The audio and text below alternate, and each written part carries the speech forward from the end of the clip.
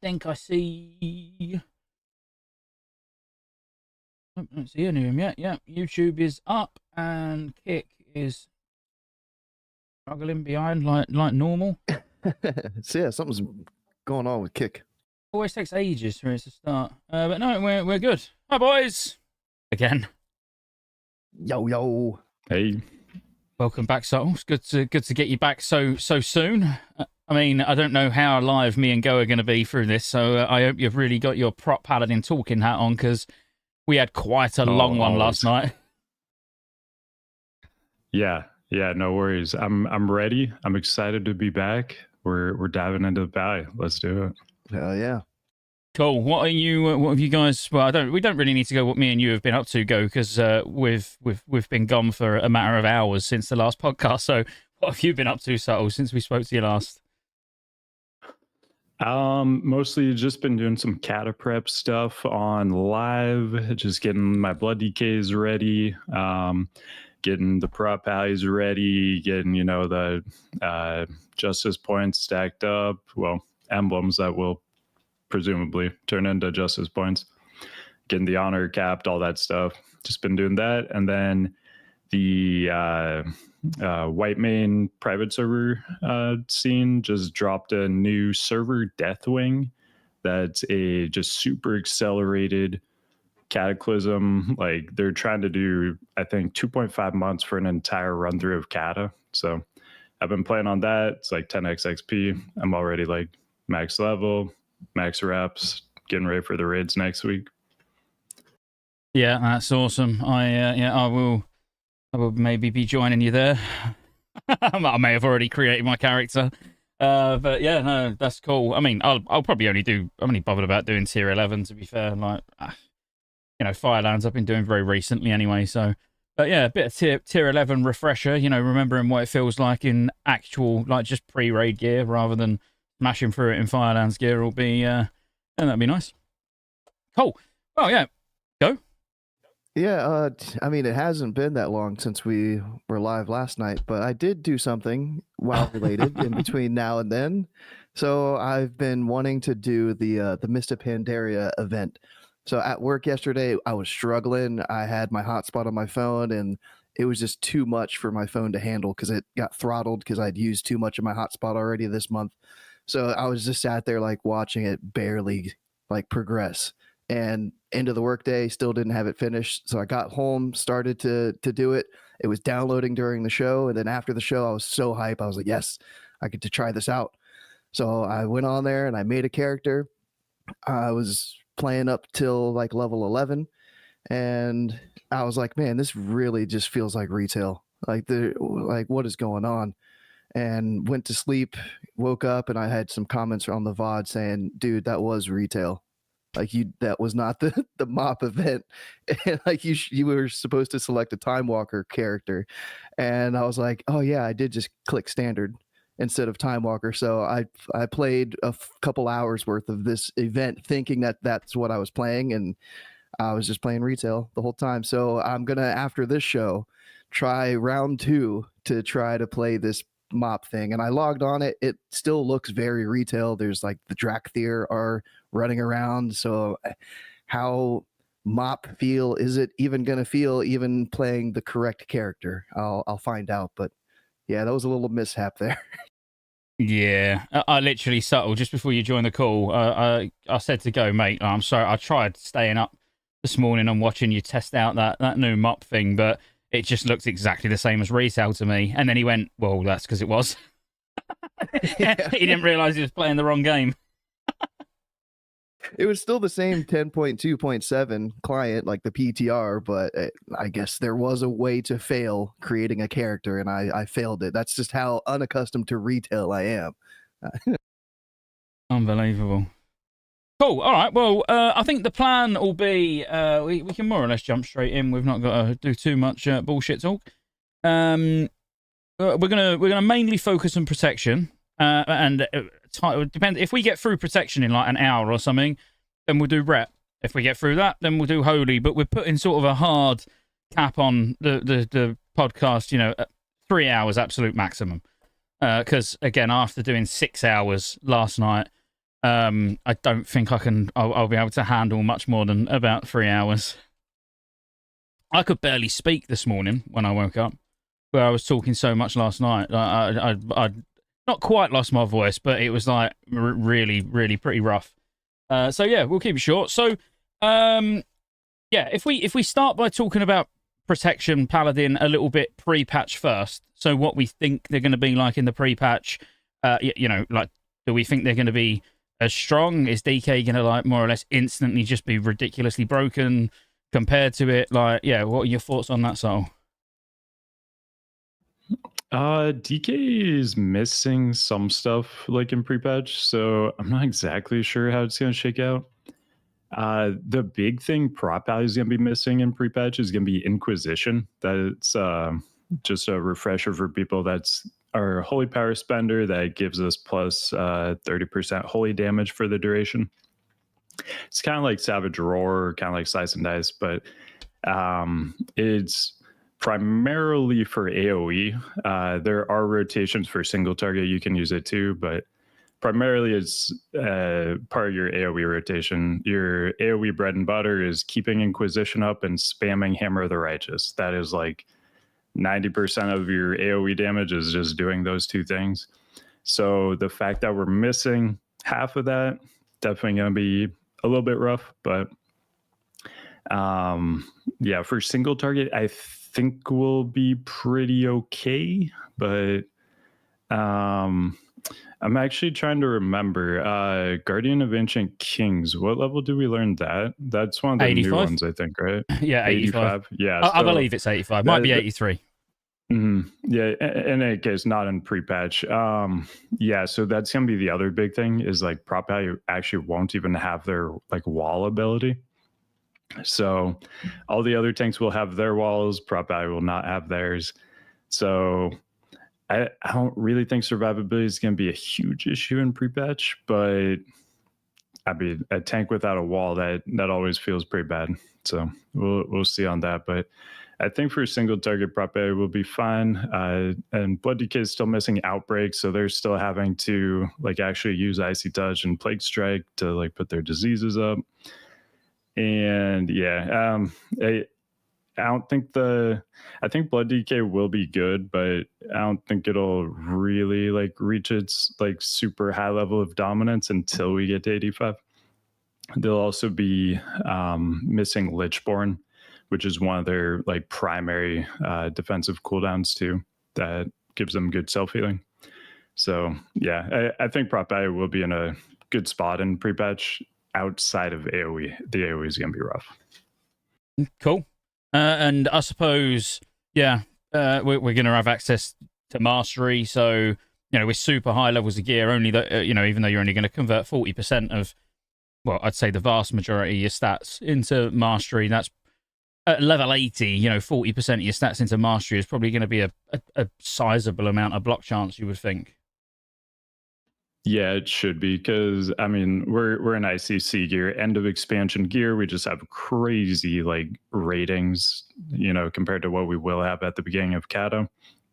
And yeah, with reforging, like we won't actually be able to, as far as I know, I don't think there's any way to get mastery on your gear or like even gems or anything other than just reforging. I think that's the only way. But you should be able to get plenty.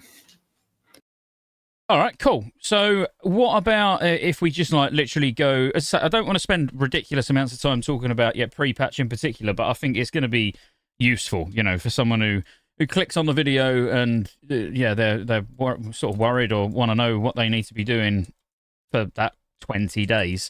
What would a talent spec look like? Have you got a talent calculator up and you talk me through it and I'll show them on screen? Yeah, sure. Yeah, so first tier, you're going to pick up Divinity and Seals of the Pure. Divinity, same thing it does now, just increases your healing done and received. Seals of the Pure increases seal damage done.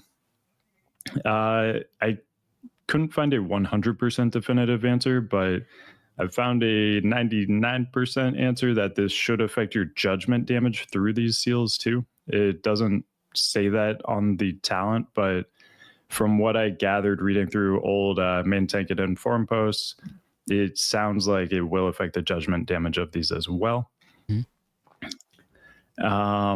Eternal Glory, this one we're gonna skip.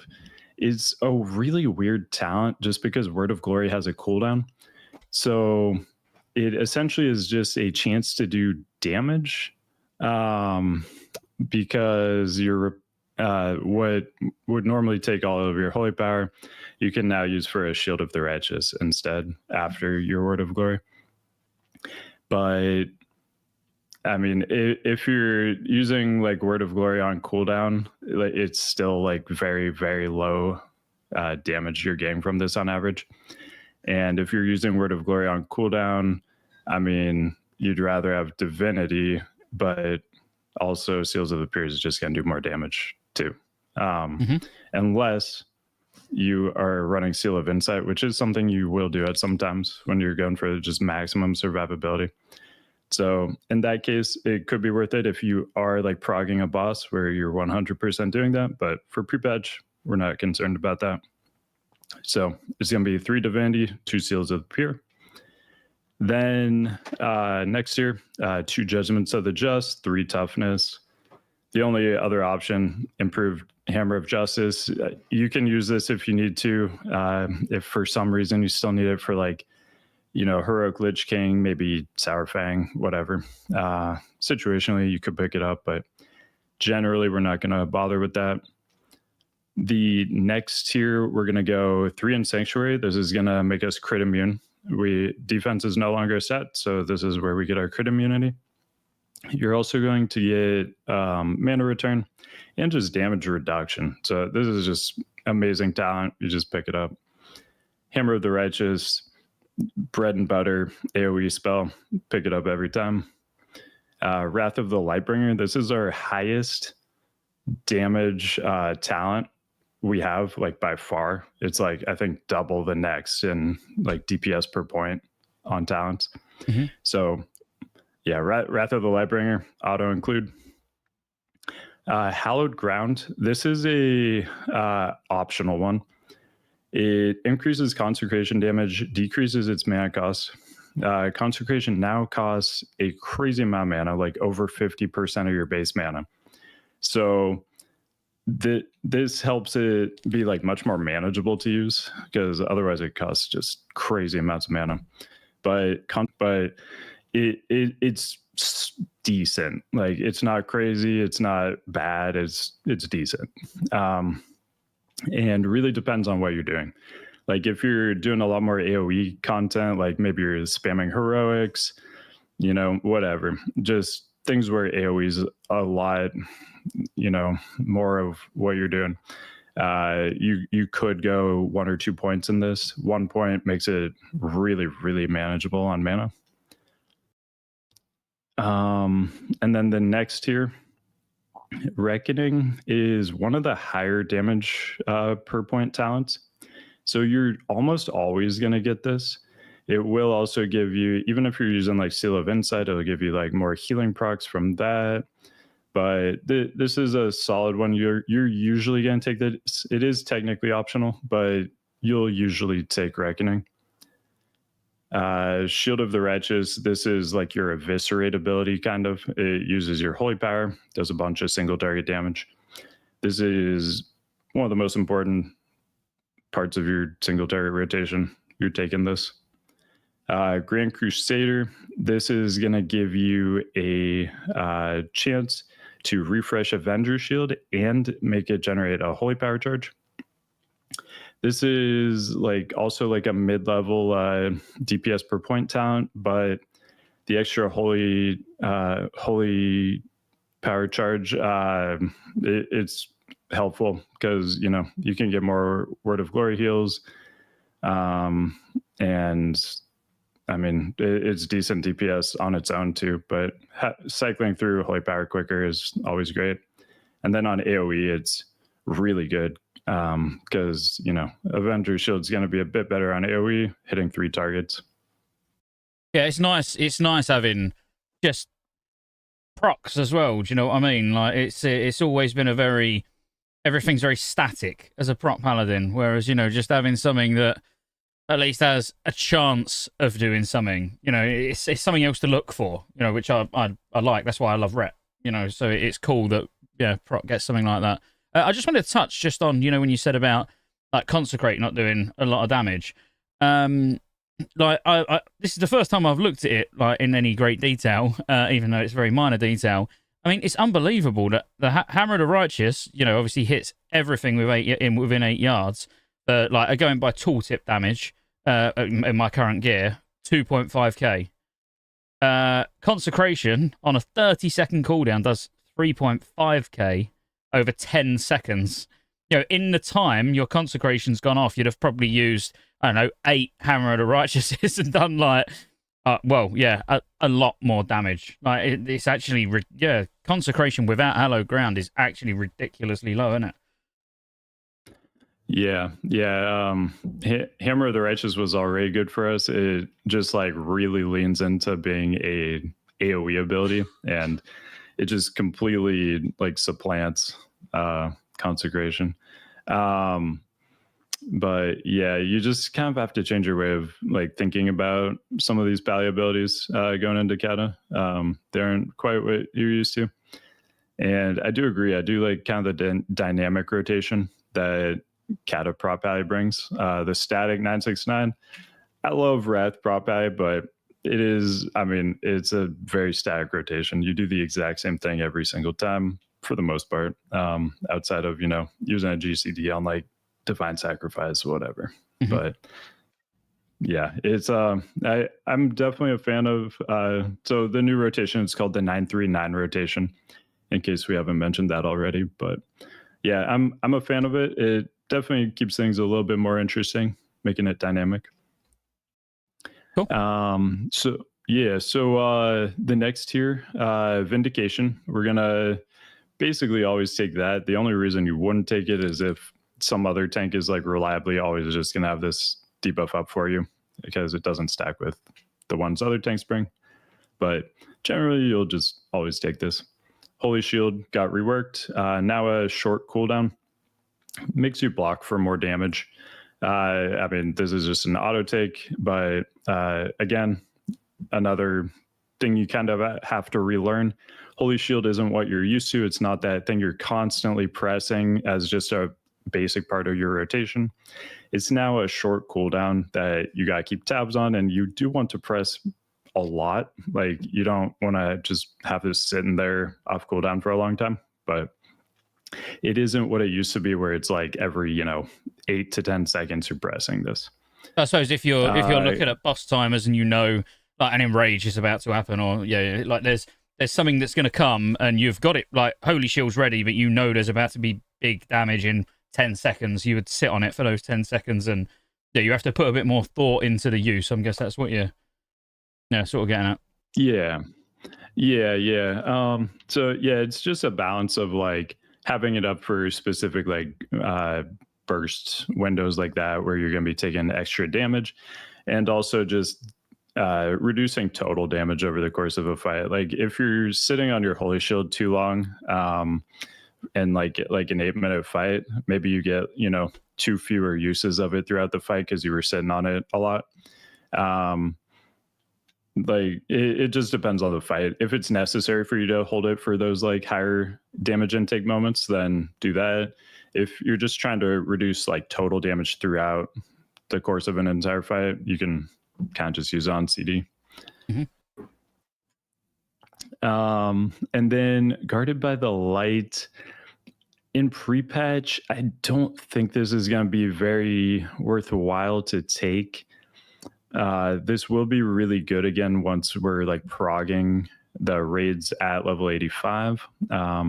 This is like a great prog talent because it's just a survivability talent. Makes your Word of Glory heal for more, and any overhealing, it gives you a absorb effect. So before like huge burst damage, you could even just use this right before that, and you just have a huge shield on you, extending your HP even more. Mm-hmm. But pre-patch, I really can't see this being worthwhile. I think we're going to lean a lot more into kind of the damage talents in pre-patch. That's generally how pre-patches go. because our characters are just so good. At that point, you don't really need to min-max the survivability aspects usually. Divine Guardian, this is an amazing defensive, raid defensive. We're just gonna pretty much always take this. I even back in the day though, on like the main Tankaden forums, I did see arguments to not take this, but I mean, I would basically always just take this. It's such good. What was their reasoning to not take it? Was it that they were just really bad back then? I think their reasoning was just that like they were doing fights where there wasn't really much raid damage, so they weren't really like getting value out of it. But at the end of the day, it's 1 point, and it's like a really amazing 1 point when you need it. So I would basically always just grab this. It's really just like parse min maxing if you're not grabbing this. Okay. All right. Well, I think we need 2 more points somewhere now, then, don't we? Yeah. So, or just 1, maybe. Yeah, it'll be. We're gonna go hallowed ground. Right. Yeah. So we talked earlier about hallowed ground being optional. In a lot of my builds, I'm gonna be going like 1 point in hallowed ground at this point, and that'll get us to the next part. Mm-hmm. And then, but anytime you do actually need that guard by the light, you would drop that hallowed ground. You could put the 2 in guarded, and then possibly drop 1 in reckoning. And then, so next year we got Sacred Duty. This is our second best damage and threat per point talent. It's really good.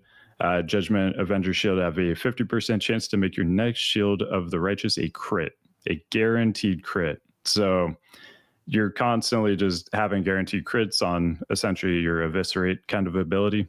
So this is fantastic. We're always taking that. Mm-hmm. Shield of the Templar. This one's actually kind of interesting to like potentially think about dropping at level 80 in pre-patch, just because we don't even have Guardian of Ancient Kings yet, and part of the effect is 2 minutes off Guardian of Ancient Kings, and the fights may be so short you don't even get the extra use of Avenging Wrath in a boss fight with this reduced cooldown, but that's going to be really, really guild dependent. And also Divine Plea, generating 3 holy power.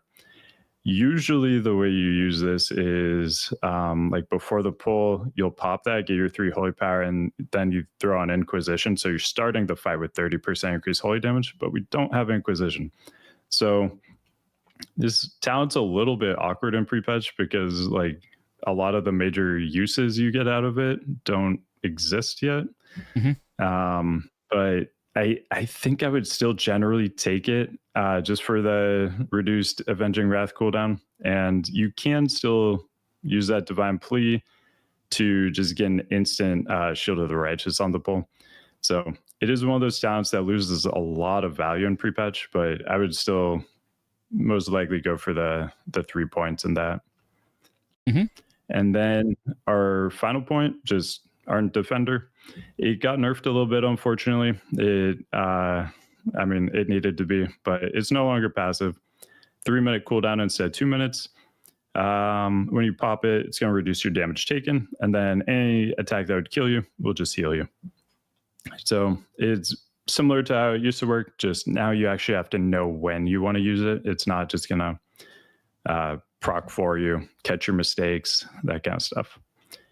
So that should pretty much cover the prot side of things. Just a couple of, a minor question really.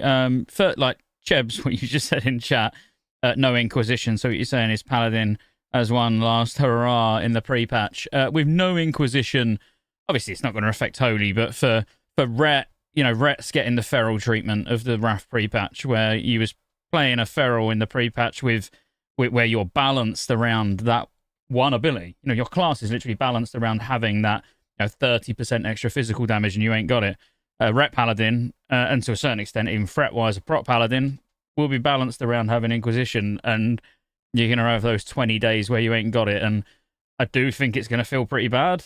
Like, personally, as someone who's going to be playing Ret and not Prot, I think it's going to feel pretty bad when everyone's absolutely pumping and I'm like, I'm doing 30% less than what I would be doing if I could get one more level, you know. But the other thing that I wanted to mention, so Ardent Defender, like, obviously, when you were saying about, you know, I think ICC with all of our, like, Cata talents and being able to get mastery and all of that, like, I do genuinely think the bosses are literally going to fall over. They're going to melt, like, just ridiculously fast. Could it even be worth not worrying about Ardent Defender, like, if death is of no concern and cooldowns are of no concern, and just putting that last point in hallowed ground just for more AoE potential? You could. The second point in hallowed ground is pretty minor, though. What I would rather do is just gear way more aggressively and get more damage that way, and keep the Ardent Defender, because it's just such like a. I mean, it's an incredible cooldown. It'll let you get away with some extra things you want to do with your gear that should outweigh the hallowed ground point by quite a bit. But I mean, that is something you could do. One thing I'm actually not sure on, do you have to take Ardent Defender to move on to the next tree, or just have 31 points? Just have 31 points. Just 31? Okay. Yeah, so that would be an option, I guess.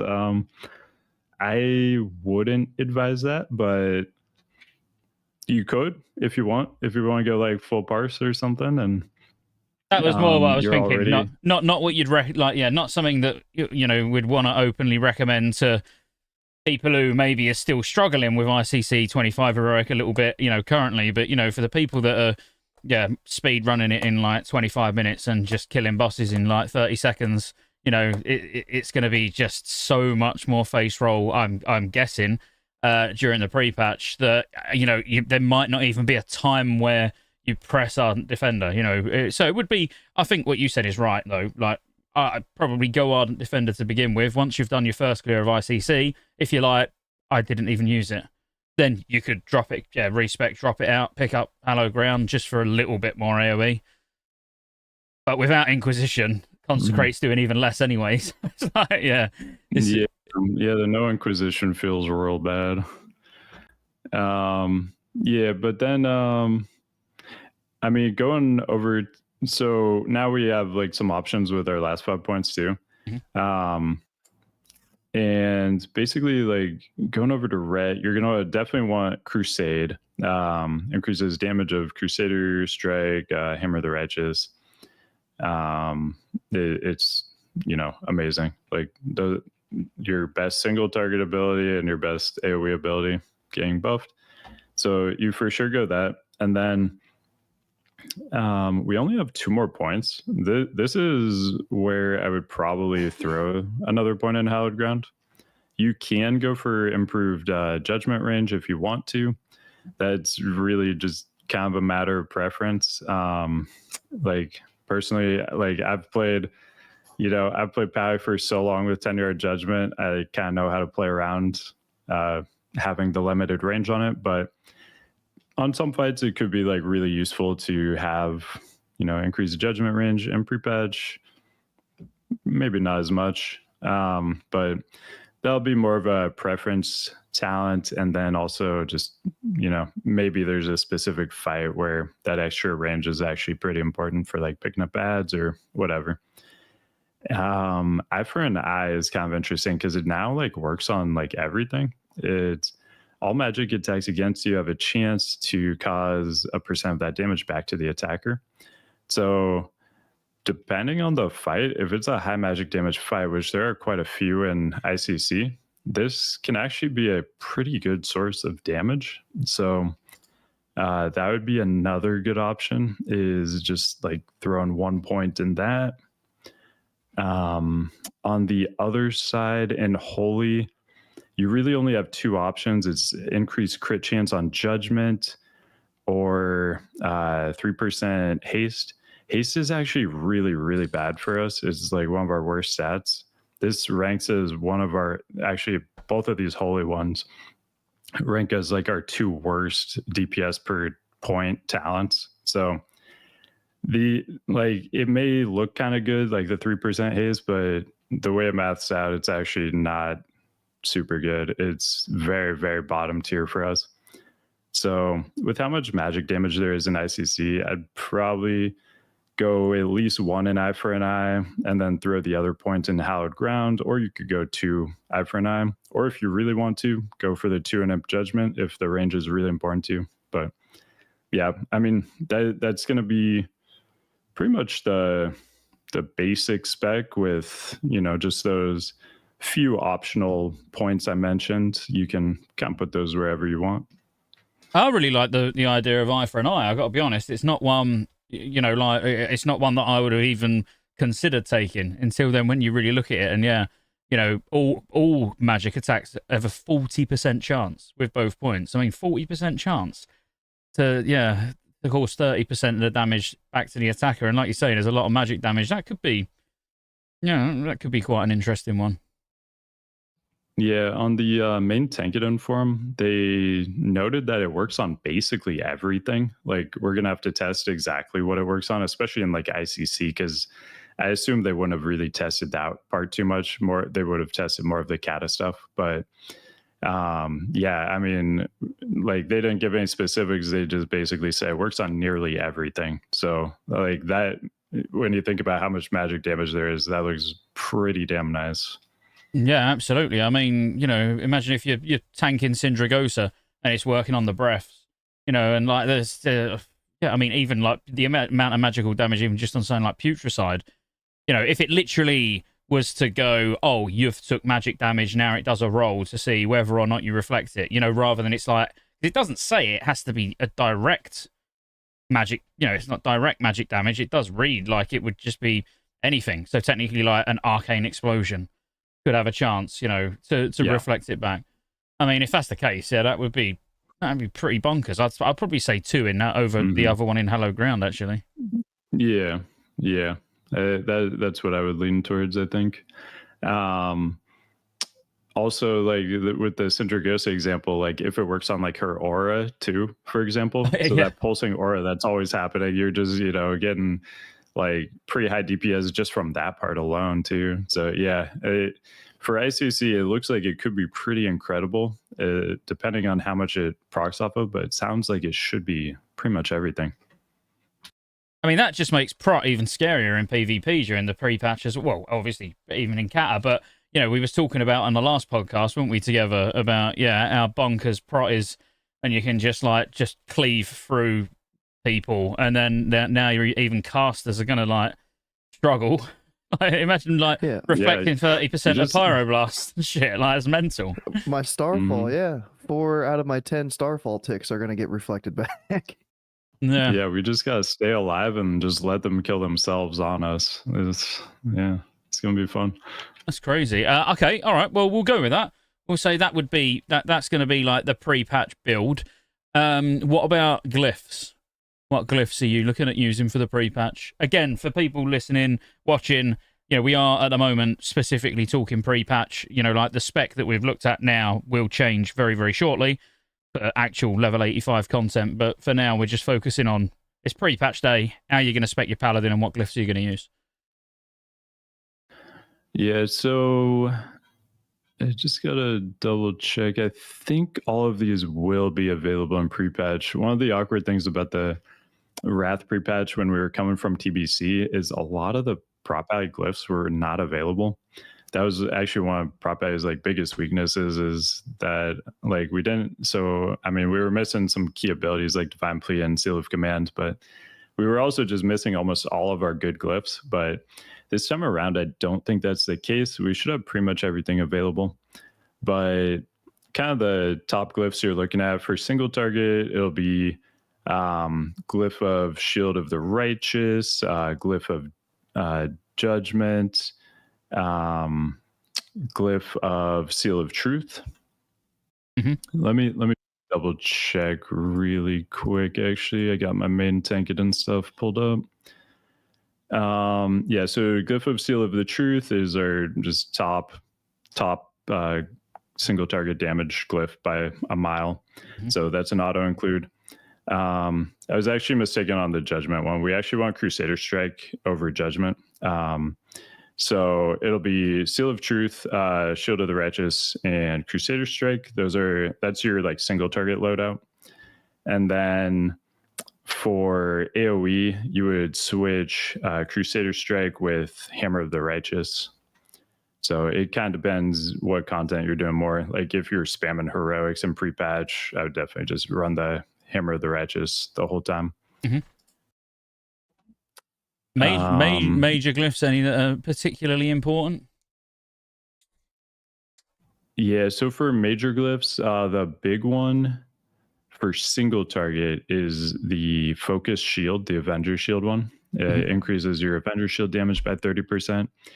That does also make it way worse for AoE though. So again, that a lot of these are like very specific based on like what kind of content you're doing. So if you're trying to push like higher boss parses, then you definitely want this Avenger Shield one. If you're just going for kind of an all-around build, that's going to be, good for trash, good for, heroics, bosses, whatever. Maybe you don't go for it. You keep your Avenger Shield hitting 3 targets. But the other one would be Glyph of Consecration. The Avenger Shield and Consecration, they're the only 2 major glyphs that actually impact your damage. So if you're going for maximum damage, these would be the 2 for single target. Glyph of Consecration just increases duration and increases cooldown. You don't press Consecration necessarily every single time it comes off cooldown. So you gain like a little bit of damage here from that. And the rest of the majors, they're all just like very situational.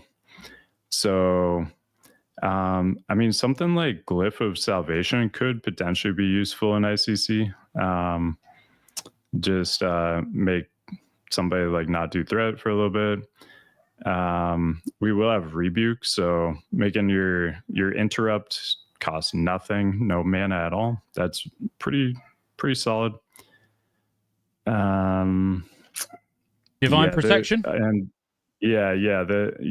Divine Protection, that one is fantastic. It is going to be a little bit awkward right now because we don't have the shield wall like we talked about earlier. Prop Eyes and pre-patch will not have a wall, so you can get this. ICC does have a lot of heavy magic damage. You will be kind of getting rid of your physical damage reduction, but you can make up for that with Holy Shield and High Mastery. So I would probably glyph this in pre-patch, so you effectively do kind of have a wall ability for magic attacks. This will make it 40% magic damage reduction on a 1-minute cooldown. And then for high physical damage, you can just press Holy Shield for that, only a 30-second cooldown. So I think the combination of those 2 things, you'll be able to get around not actually having a wall ability. And then you also have Ardent Defender as well, too. Yeah, cool. And I don't think... I don't like if for people who don't know, I don't know if we have mentioned it before, but obviously because of how the glyph system changes, like changing glyphs is nowhere near as irritating as it is currently in Wrath. Where you've got to carry around, like if you want to change a glyph for a fight, not only do you need that glyph, you need the glyph that you want to change back to as well. So you find yourself carrying like stacks of glyphs around if you're changing on a fight by fight basis.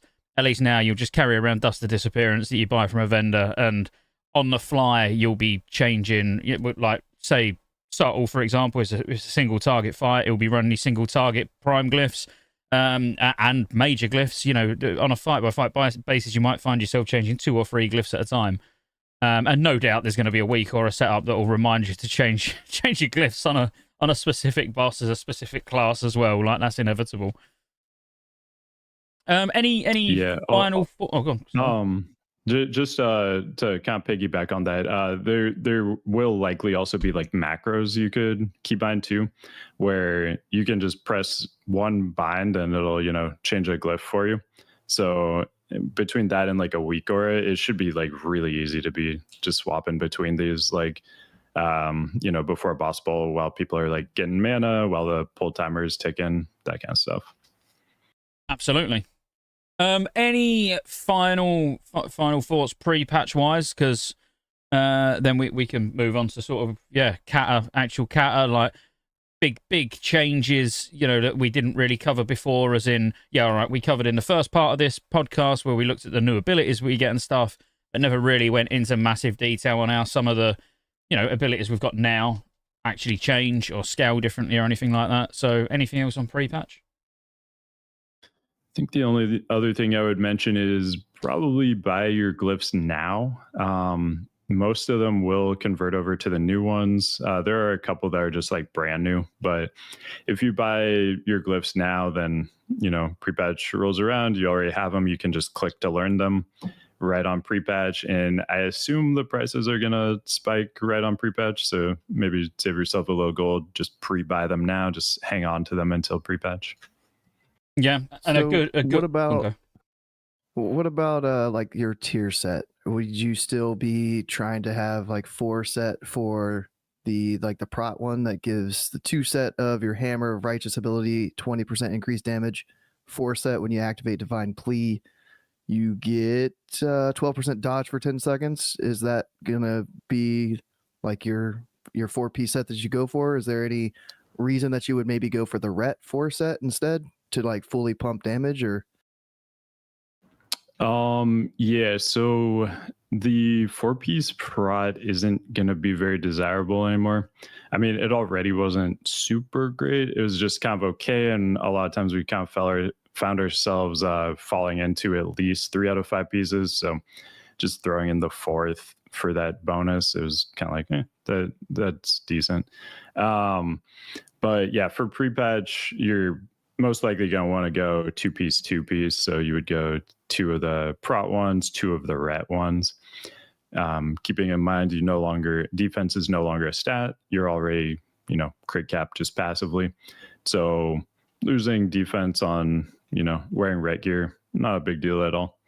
And also really all of the DPS gear gets its stamina like bumped up a lot, sometimes even to the point where it has more stam than the tank pieces, which is kind of interesting.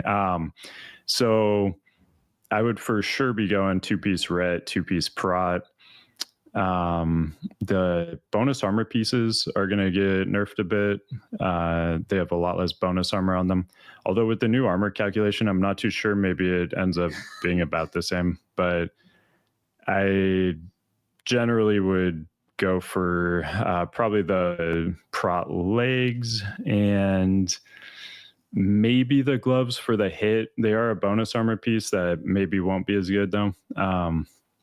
But yeah, just as long as you have 2-piece, you'll be good. Because I mean, I think it's just 5% all damage increase now. So like that's gonna be pretty solid, especially with having all the vengeance attack power that you'll have now. So yeah, 2-piece. So you've really spurred me onto a good thought. Hang on, go, because it's just if I haven't made Ret Paladins cry enough, bearing in mind that I'm a Ret main, so like it upsets me just as much. But yeah, we also lose. Not only have we not got Inquisition, but we do lose our 2 set tier 10. So no longer can we reset the cooldown of Divine Storm. That's not going to happen either in the pre-patch. Like Soul said, it literally turns into 5% damage, which is just so lackluster, going from like such an insane 2-set proc that's really fun to use to here's 5% damage. One thing, that is, I mean, so whatever the opposite of a glow up is, like that is so rough. But one thing I should mention too, we were kind of talking about like single target versus AoE setups before too. For the prot 2-piece, like you really only want that obviously for AoE situations. So you could do the ret 4-piece for single target. It's going to increase judgment damage, which is now one of our top damage abilities, and seal damage. So 4-piece ret would be a great like single target loadout, and then 2-piece prot for anytime you're doing like AoE stuff. Any change to trinkets potentially? I see, looking at the BIS list on Wowhead, it looks like Syndragos' Flawless Fang and like a Juggernaut's Vitality, but any trinket options that become available or that you want to steer away from that you might have been interested in before the pre-patch? One thing, there may have already been some testing of this on beta. Well, although, I mean, beta is not even really a good state, I guess, to really get too much good information from anyway. But the tiny A-bomb jar, that's like the big thing that we got to figure out, like how good is that going to be in, Cata pre-patch? Because the reason it's really good for us now is because like a lot of our random effects we do count as like physical attacks that proc the motes for this trinket. But if those change and like some of those go away, the value of this trinket's going to go down a lot. So that'd be kind of the primary thing, is like figuring out what we're still getting these procs from. So currently Tiny A-Bomb Jar is just like for prot, and I think red as well, is just kind of like far and away the best trinket like we've had the entire expansion. Like it's absolutely insane. It's like equal to wearing like 3 damage trinkets at once. So since it's already starting at such a high level, even if it gets knocked down a few pegs, maybe it's still the best. Yeah, that would be something we'd have to wait and see in pre-patch, I guess. But for the other ones, I mean, we're probably mainly just going kind of damage trinkets, but at the same time, Stam now gives attack power. So like Cindy's Fang and Jar, probably a good bet. Unless Jar just doesn't really proc on like anything anymore. Its value is basically completely tied to, how much the motes actually proc. But yeah, Cindy Fang plus Jar, that would probably be a solid bet. But basically any damage trinkets would be great too, I would think. I'm looking forward to finding out that Tiny A-Bomb Heroic is still BIS in Cata raids. It's like it's Dragon Soul BIS.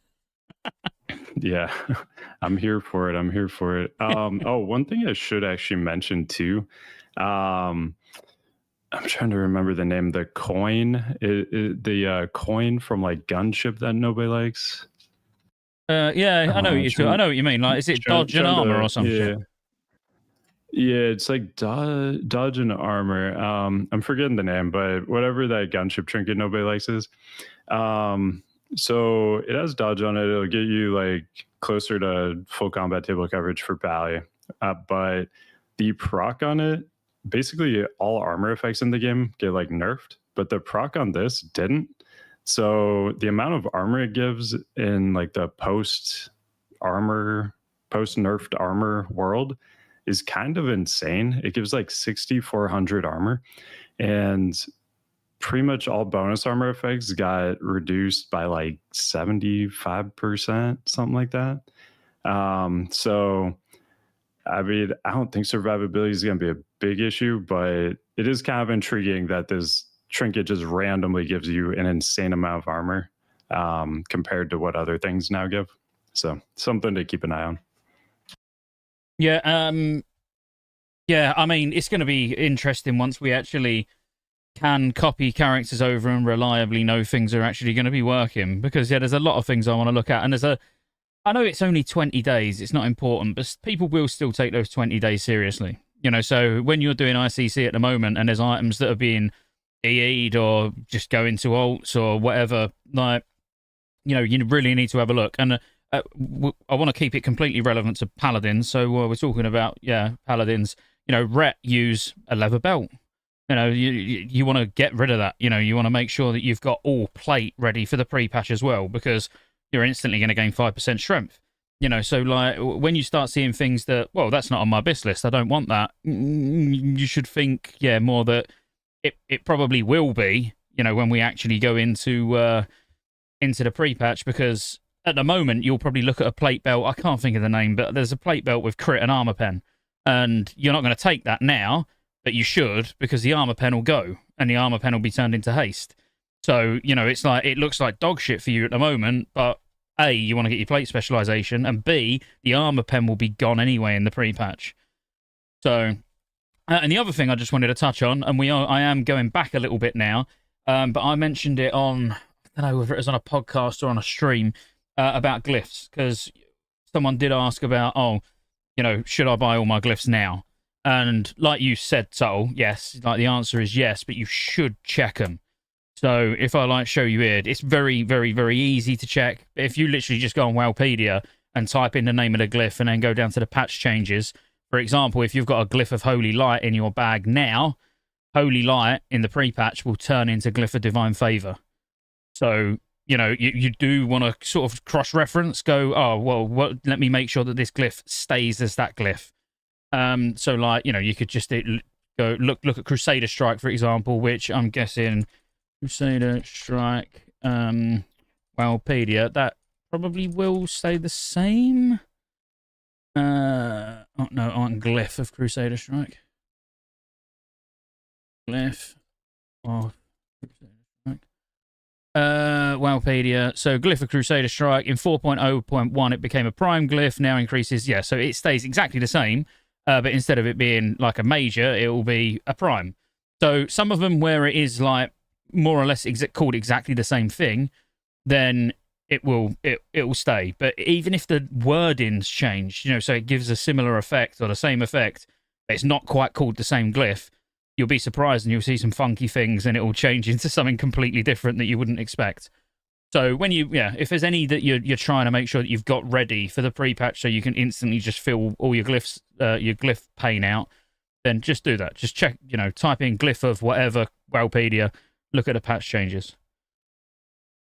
So we've been spitting some facts. If we can take a little breather here and have maybe a little fun topic for Subtle to talk about, because his beans on toast, his bread and butter is soloing stuff. So is there any new solo farms that you think you might be able to do that you might not have been able to do yet currently in Wrath, once the pre-patch launches? And the other direction too, are there any farms that you can currently do that you might be like, well, in the pre-patch, I might not be able to do that anymore. It might get difficult for some reason. Yeah. So I'll answer that last part first. So the first one that comes to mind that might actually get harder in pre-patch would be, God, what's his name? Hylord Cruel? Is that it? The world boss in Hellfire Peninsula. I'm totally blanking. Kazakh. Kazakh. So he puts a magic effect on you that when you hit him or he hits you, you heal him for a lot. Currently, we can dispel that, so it's no problem. But not for long. So yeah, that solo I don't think will really be doable anymore because they'll just heal for too much, but maybe it will be. In any case, it's definitely gonna be a lot harder at a minimum than it is right now. So yeah, I mean that's a solo we've been able to do the entire expansion since early phase 1. So seeing that one go away in full ICC gear because we lost the magic dispel. Yeah, that's gonna feel bad. As far as solos you can do, you might be able to do that you can't currently do. For Prop Pally, possibly Carathras in ICC, you might be able to do that one. It may already be doable. It's really, really hard if it is doable though. It's a lot harder for Prop Pally than Blood Decay because he does a huge bolt ability to anybody who has a mana bar. And since Prop Pally has a mana bar, you get hit for I think is 17, 18k, something like that over and over again, on top of all the other effects going on in that fight. Possibly the Kael'thas solo could be doable. I don't think until 85 though. I have progged it a little bit. We're getting there, but I don't think it's going to be doable for a bit. The Illidan solos, a maybe. That one's another one where like I've made some progress on it, but it doesn't feel like the Enrage is going to be beatable right now. But in pre-patch, it might be. So yeah, those would be the two main ones I'd be keeping an eye on. Would be like Illidan solo and Kael'thas solo. So I want you to take this with an absolute pinch of salt, because this is not personal experience. You know what people are like when they come in chat. You don't know what, whether they have really done what they're saying they're doing or not. But he's quite a reliable guy. He's always in chat, so he's got no reason to lie. But he said one of his go-to trash farms, even to this day, in Wrath, is like a 90, 80, or 90 pull Karazhan. I know what he's getting at. He's doing big pulls in Karazhan. Cool. I've never gone and done it, so I don't know what the route looks like or anything like that. But he said, he does it reliably. It's like really easy gold. And he can do that in Wrath now, but he can't do it on his copied level 80 on the PTR, the beta. He said, like, there's no chance. He literally cannot survive. So I thought that was, again, I don't know, just going by what someone's saying, but that could be interesting. Wait, that was one that was available like phase 1 of Wrath as well, too. So that'd be kind of funny if you could do it at the start, all of a sudden full ICC pre-patch gear. Like, nope, sorry, can't do it. Yeah, so I don't know what way it's going to go. I genuinely, for soloing, I don't know whether it's going to go, oh my god, we're overpowered, we can do so much more than we could, or it's like, oh my god, like why am I dying? Yeah, so I don't really have experience with those kinds of solos. I basically just do boss solos. I don't really do like the trash farm solos too much. But the main thing that changes for that, we talked about last time, is the block change. So block's no longer a flat value, now % damage reduction. So anytime you're pulling tons of mobs that do very low damage, currently you're basically immune to their damage, right? Because you're full blocking like almost everything they do. You're dodging, parrying, missing a lot of the other stuff. Now, all those 0 damage attacks are now just 30% reduced damage attacks. So those hits that were maybe, 2,000 damage, but your block reduced it to 0, those hits are now 1,400 per hit. So like if you're pulling 80 mobs and you're now taking 1,400 damage per hit from each of them instead of 0 damage per hit, yeah, those kinds of farms are going to be really rough in pre-patch. That's a great point. Yeah, no, that makes sense. So I like this topic. So before we do move on to more diving into specific abilities, what about prop pallies? Do we think we might see a bit of I mean, we see it every expansion so far, where like mages, prop paladins, blood DKs, basically solo dungeon farming to 85. We saw it with Karazhan, with prop paladins. Saw many different classes being able to do it with Utgard Keep. Do you think we're gonna see anything like that with paladins? Because it's something that I've not tested and I don't even plan on doing, just because I like those sort of things do bore me. I've got to be honest. I get bored very easily just doing the same thing over and over and over again on my own. Doing if we're like dungeon spamming as a 5-man, even if it's a bit slower, that would at least be fun. You got some banter going on. But just sitting solo in the same dungeon over and over again, like even if it was the most efficient way, I don't know if I could bring myself to do it this time round. Yeah, to me that was the worst part about Wrath launch when my second character I leveled through Botanica, my prot warrior, and man, there is nothing that feels worse than like a new expansion is launched and you're just repeatedly doing an old expansion dungeon that you just got over running 1 million times throughout that expansion. Like it kind of kills the hype. Like I was so excited when I hit level 78 and I was able to leave Botanica and like go do Storm Peaks. Like I could not wait to just do something new. Yeah, it just feels so awful doing those like old dungeon spams. Back in the day, there was a 90% XP nerf on old dungeons like Wrath dungeons when Cata came out. So I would just fully expect that to be a thing again.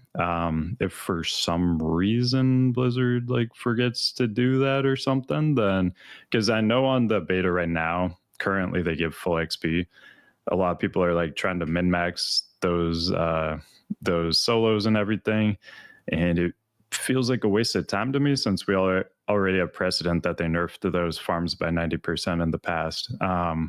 But if for some reason they forget to, yeah, those look like they're going to be incredible farms, especially versus like questing, where like questing may be completely overrun and it's, you know, just really, really hard to like get anything done questing, especially on a PvP server.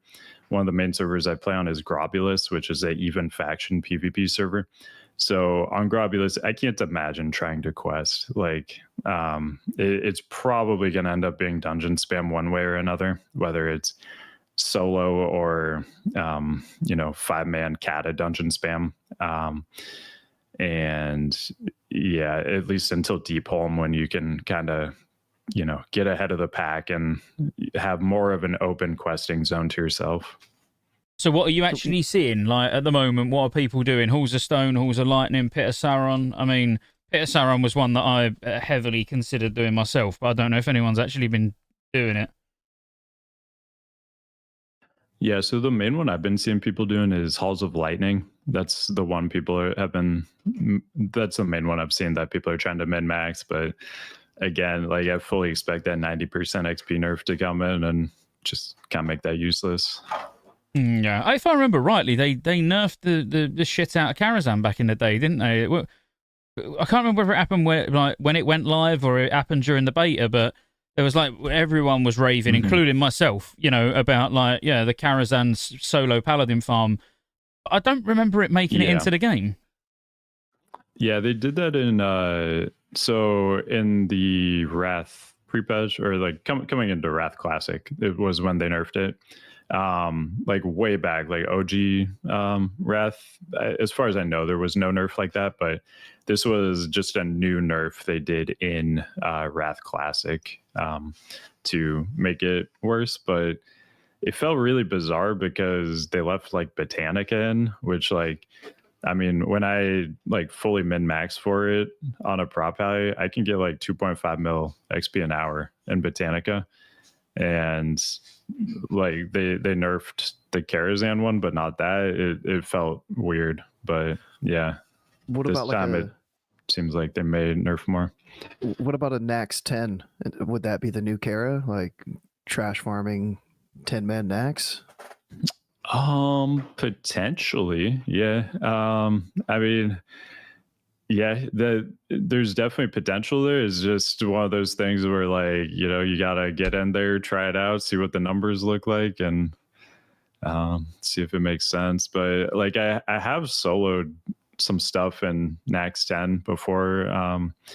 I worked on progging a lot of the bosses, and I soloed like Hygen. So I had to do a bit of trash to like do all that stuff. And like, I mean, the trash at the time, I think I was like TOGC geared maybe. The trash didn't die like super quickly. So it would have to give like a lot of XP, I think, to be worth it. And some of the mechanics in there actually like really suck. Like, especially in the like horseman quarter, the military quarter, like the horseman mobs, like they had like all these like self heals and like silences and stuff. So I don't know. There may be like some things like Spider I could see possibly being good, but yeah. I was thinking more ICC 10 trash solo as a prop paladin, just because it's all undead. Like again, I don't know. We might try it and die instantly because it's all just too hard. But if it took a bit longer, but you got loads of XP, I got to be honest. I don't see any of that happening. But you just never know with classic, do you? Yeah, so the main thing with ICC too is like, so those the skeleton mobs like at the very beginning, right now they do like nothing to prop eyes, right, with the way block works at the moment. But with that block change, those guys actually will get a little more scary. So I don't know if we'll be able to like pull enough at once for it to be worth, but yeah, it would be something to look at for sure. Oh, all right. Well, look, let's move on to more Cata specific stuff rather than pre-patch. And the only one thing I would like to touch on is: are you planning on leveling as prot, like from 80 to 85?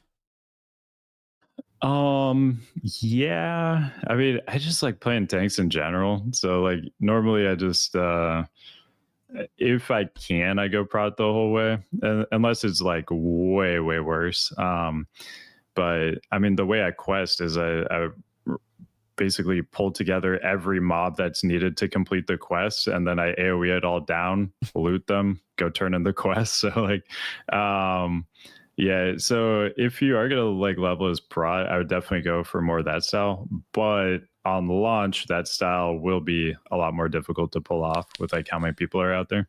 So in that case, might be more worthwhile to do ret, but I think there might just be so much like contention for mobs, like maybe it won't matter too much. But if you're going for realm first, I probably wouldn't go prot. Or at least not go prot until you get ahead of the pack and you can do those, you know, huge like complete the quest in one pull kind of things. Yeah, and I suppose that's actually when we was looking at talents, if I'll just put them back on screen, if anyone's just recently joined, specifically for leveling, actually obviously dropping eye for an eye and taking the 2 in improved judgment, you just made me think about that then. It's probably going to be very valuable when you're fighting for mob tags. If you're planning on questing, just getting another ranged ability, even though it's only 20 yards, it's still probably going to help stop them fucking boomies and their moonfires. Absolutely. Cool. All right, go. Have you got anything to add before we move on? No, we got through all my questions. Why have you got a cock in your mouth? It's sorry. I hate when people talk with food in their mouth, and I'm doing it right now. But did you just literally hide under the desk to start eating? I mean, because I feel like you've got a problem if that's what you just done. It's a cornbread muffin, bro. Yeah, but I didn't see you pick it up. It looked to me like you went under the desk and started eating and then came back up pretending you was doing nothing. Anyway, all right, so Cata. So Cata, you know, we've spoke about pre-patch enough for protection. I think the general consensus has been like without Inquisition, it's going to feel a little bit rough on AoE, but single target is probably going to be no problem at all. Going to be a lot of gearing options, potentially where actually a lot of the stuff you're using at the moment, you might want to start looking at getting some of the ret gear. Because I did actually look, I've closed it now, but I was comparing the ret tier 10 heroic head against the prot tier 10 heroic head, and it's really strange that the prot tier 10 heroic head has got more strength, but the ret tier 10 heroic head has got more stamina. It's like the stamina set's got less strength and more stamina than the tanks set the other way around. Like, just really strange. Yeah, I don't know what they were doing. They kind of just moved the numbers around without really looking at anything, from what I can gather. Yeah, it's bizarre. Yeah, so it's going to be a weird time. But going into actually like into Cata content now. So obviously you've played on multiple Cata servers now, and you know, have a very, very deep understanding of prot. What's your general feelings about prot at level 85? Like, even if we're not too worried about the raids at the moment, you know, we're talking more the going in with your sort of threat. You've just finished questing and you now want to start doing heroics. Like, how does the rotation change in there? Do you feel like you're really under pressure in terms of survivability, or, you know, just general thoughts? Yeah, so I mean, Prot Pally definitely plays quite a bit differently in Cata. Like, I've called the Wrath Prot Pally more of like a self-driving car, where it kind of does everything on its own. You're just kind of there to make sure nothing goes horribly wrong. In Cata, it's much more of you know, you're fully in control. You need to like do everything you can to keep yourself alive. You have all these short cooldown defensive abilities. You've got like Holy Shield, Divine Protection, you know, and then you got the longer ones are in Defender, Guardian of Ancient Kings. But with those short ones, those are really important to be like using constantly. So that's a big adjustment, is like remembering to be like constantly using those, especially in heroics, where like you're going to get tons and tons of uses if you're like popping them basically on cooldown. As far as the rotation, it's like way more fun. It's more dynamic. It makes it a bit more interesting, but at the end of the day, it is very similar to 969 because you're basically just going back and forth. For single target, you're essentially using Crusader Strike and then something that isn't that, and then back to Crusader, and then you just keep repeating that over and over again. You just kind of have to learn what the new priority order is. But basically, just really quick, run through of it. Your main priority is using Shield of the Righteous if you have 3 combo points or 3 Holy Power, which are combo points essentially. And then Crusader. And then after that, this is where we kind of got to wait on new sims to see exactly the order, but it's either going to be Judgment or Avenger Shield after that. It kind of depends. This is something that like went back and forth in the Dragon Soul patch. They eventually came to like Avenger Shield with a proc and then Judgment and then Avenger Shield was like the priority. But they also noted on here that Avenger Shield could proc Soul Drinker, which is like a weapon from Dragon Soul, but Judgment couldn't. So that's what put Avenger Shield with a proc like above Judgment. So there's going to be weird things like that where Judgment and Avenger Shield are maybe going to trade places. And then maybe it's like if you have the proc, you favor the Avenger Shield. So we kind of got to wait on new sims for that because a lot of the really good information from back in the day is with, 4.3 talents and everything is based on Dragon Soul gear. So with new sims and stuff, we'll have a better idea of exact priority order in lower gear levels. But yeah, basically Avenger Shield and Judgment, we'll see what the exact order is there. But those two are like your next highest priority. And then Consecration and Holy Wrath, those are very low priority. Those are just if none of that other stuff is available, you press those. But yeah, it basically just goes Crusader or anything that isn't Crusader going down that priority order. And then for AoE, the AoE is pretty simplified, honestly, because like I mentioned before, most of the damage is just Inquisition. You have Inquisition up and you're spamming Hammer of the Righteous. Those are the 2 most important things about doing AoE damage as a prop ally. They also note on main Tankadin that it's worth it to generate extra holy power like past the cap and just refresh Inquisition only after a 4th Hammer of the Righteous. So that's how good Hammer of the Righteous is, like compared to everything else in your rotation, that you actually favor just using 4 Hammer of the Righteous, which puts you above Holy Power cap, and then using the Inquisition instead of like dropping a Hammer of the Righteous to use something else in between. Mm-hmm. So yeah, for the priority order though, after Hammer of the Righteous, it would be Avenger Shield, Consecration, Holy Wrath, Judgment. And you can move Judgment up if you're having any mana issues because you now get the Judgments of the Wise mana return buff. That's one of your main sources of mana regen. You get that from using Judgment. So if you're having mana issues, you can move Judgment up. But in terms of like just damage, it's like your lowest priority for AoE situations. But yeah, the bread and butter is just Inquisition, 4 Hammer of the Righteouses, and then fill in those other things in those open GCDs until you refresh Inquisition. The thing I'm quite surprised at is that Consecration is actually higher prio than Holy Wrath. With Holy Wrath being a shorter cooldown, more mana efficient, it does nearly the same damage, not quite the same damage, but, like, as a Rep Paladin, for example, Consecration should be, and I would imagine still will be, the like absolute lowest prio, just because of the ridiculous amount of mana cost. Whereas actually Holy Wrath you're using quite regularly.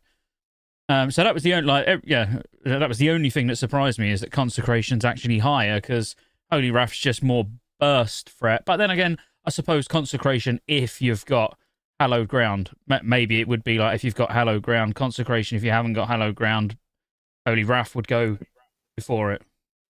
Do you have the glyph too for Consecration? And possibly that would be using the glyph. Sure. Yeah. Sometimes, a lot of times, you'll be using the glyph too.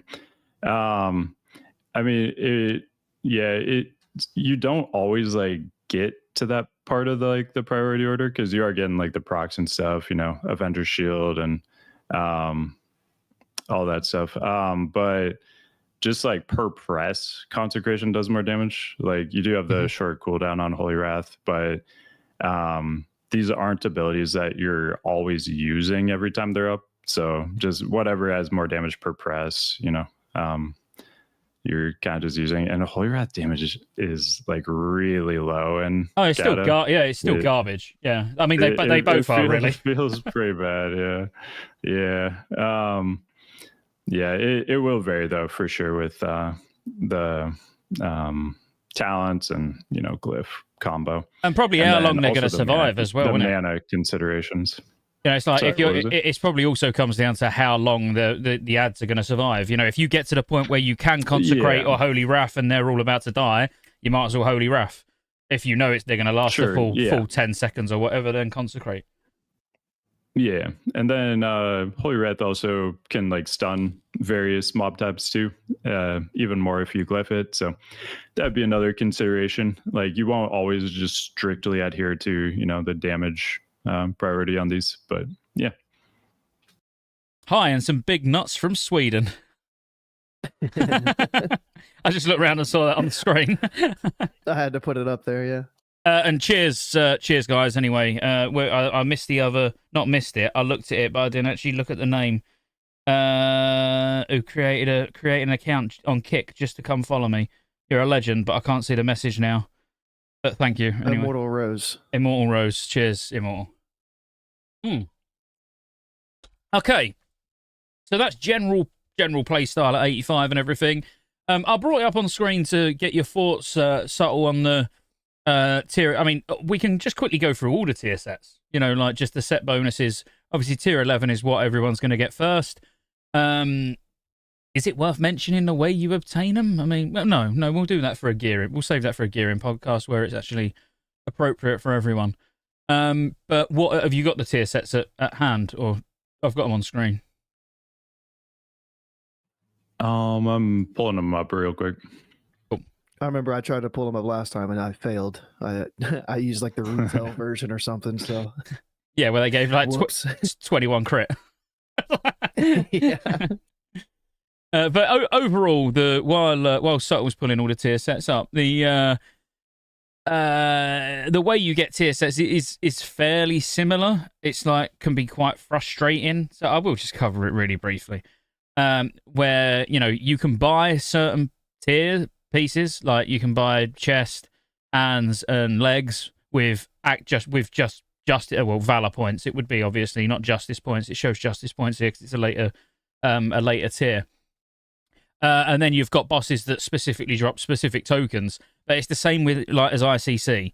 So when you start doing heroics and you get heroic tokens, that don't mean you can just get a heroic piece of gear. You have to have the base version of gear, and of course you're also going to have 2 bits that drop from Baradin Hold, which is basically the new VOA. But ultimately you're going to get tokens that you can trade in, but you always need to have the base version to be able to upgrade the heroic version. And I find that really annoying. I've got to be honest. I've never been a fan of the ICC loot system. Just not loot system, but the tier system, because you've got to now worry about when you're giving the tokens out. For example, when you get your first heroic tier token from most likely going to be from Halfus. No one's going to have a tier piece to use with it yet anyway, and then who's going to get theirs first, and who's it going to be most useful for? Early on, a lot of thought needs to go in the best way to actually distribute some of the stuff, but, no doubt you'll all manage, but I just thought I'd throw that in there. You got the tier sets? It looks like WoW doesn't actually have them right now. I can just look at what you've got on there, I think. I mean, I could just read them out and just get your thoughts on them. Yeah, it's more just to see Sure. Because it's interesting how the power of the set bonuses evolves throughout the 3 tiers. You know, it's like the first tier, I want to say for almost everyone. I'm not going to say everyone because someone will be like, actually, Feral 2 set's not bad. All right, fine. But the majority of the tier sets like are pretty lackluster in tier 11, but then they get really good tier 12, tier 13.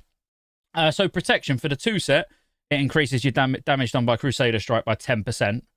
And the 4 set increases the duration of your Guardian of Ancient Kings ability by 50%. What's your thoughts on those? All right.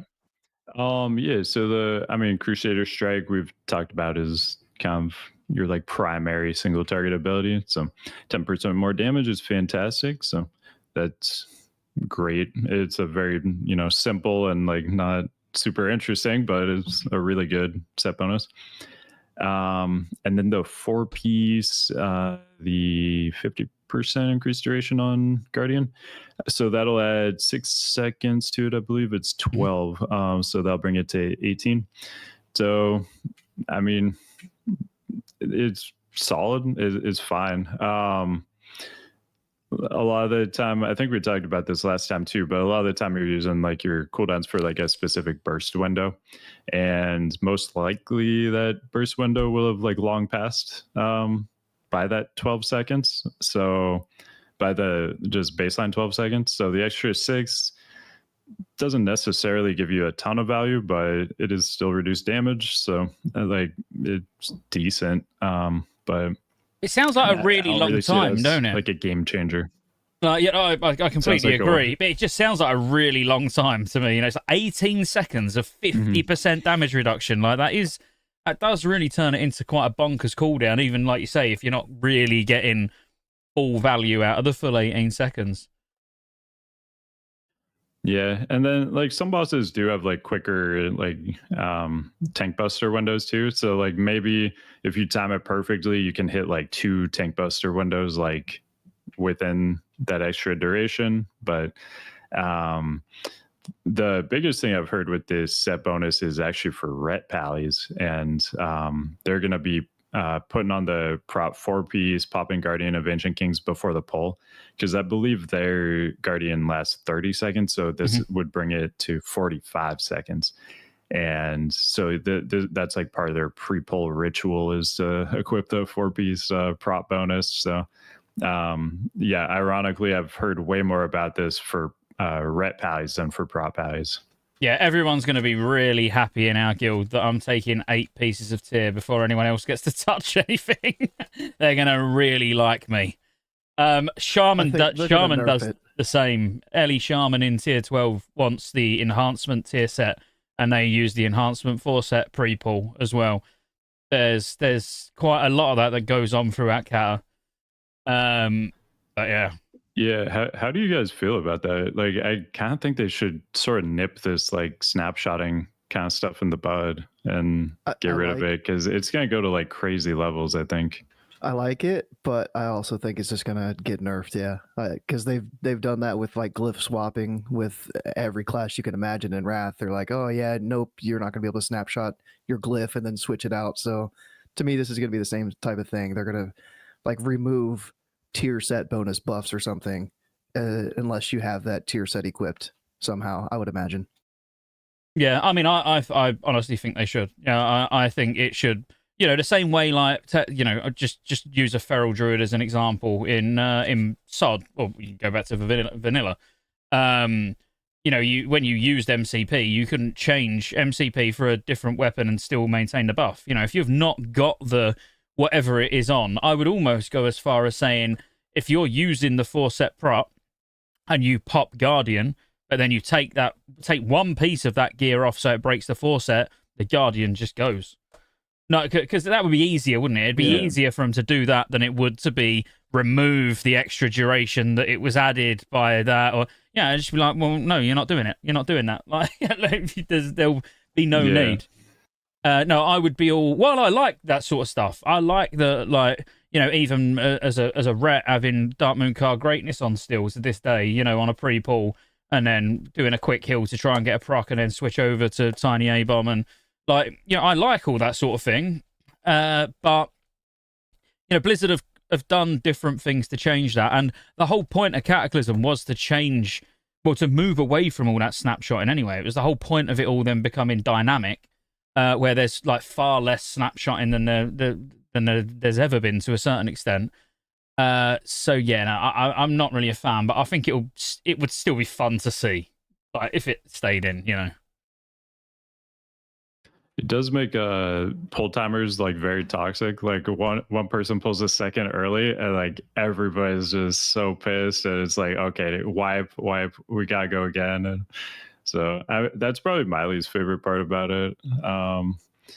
And I mean, I feel like it just kind of overcomplicates the game, and it's not really necessary. And then the more I think about it, that would last the entirety of Cata. Right? It's not like it would just be a thing in phase 1. They would be using that force. You'd be using it in Dragon Soul still. Every single, yeah, exactly. So maybe if it had a 2-month expiration date on it from the accelerated patches that they've announced, then maybe I could see that they wouldn't change it, but they have to change it now that I'm thinking of it like that. There's no way they let that stay in. Like Subtle said, it literally just becomes your pre-pull ritual as a Ret Paladin. Yeah. And it would be even if let's say you re-rolled Ret you re-rolled to Ret during Dragon Soul, you would still want to go back and get your 4-set prop for Tier 11.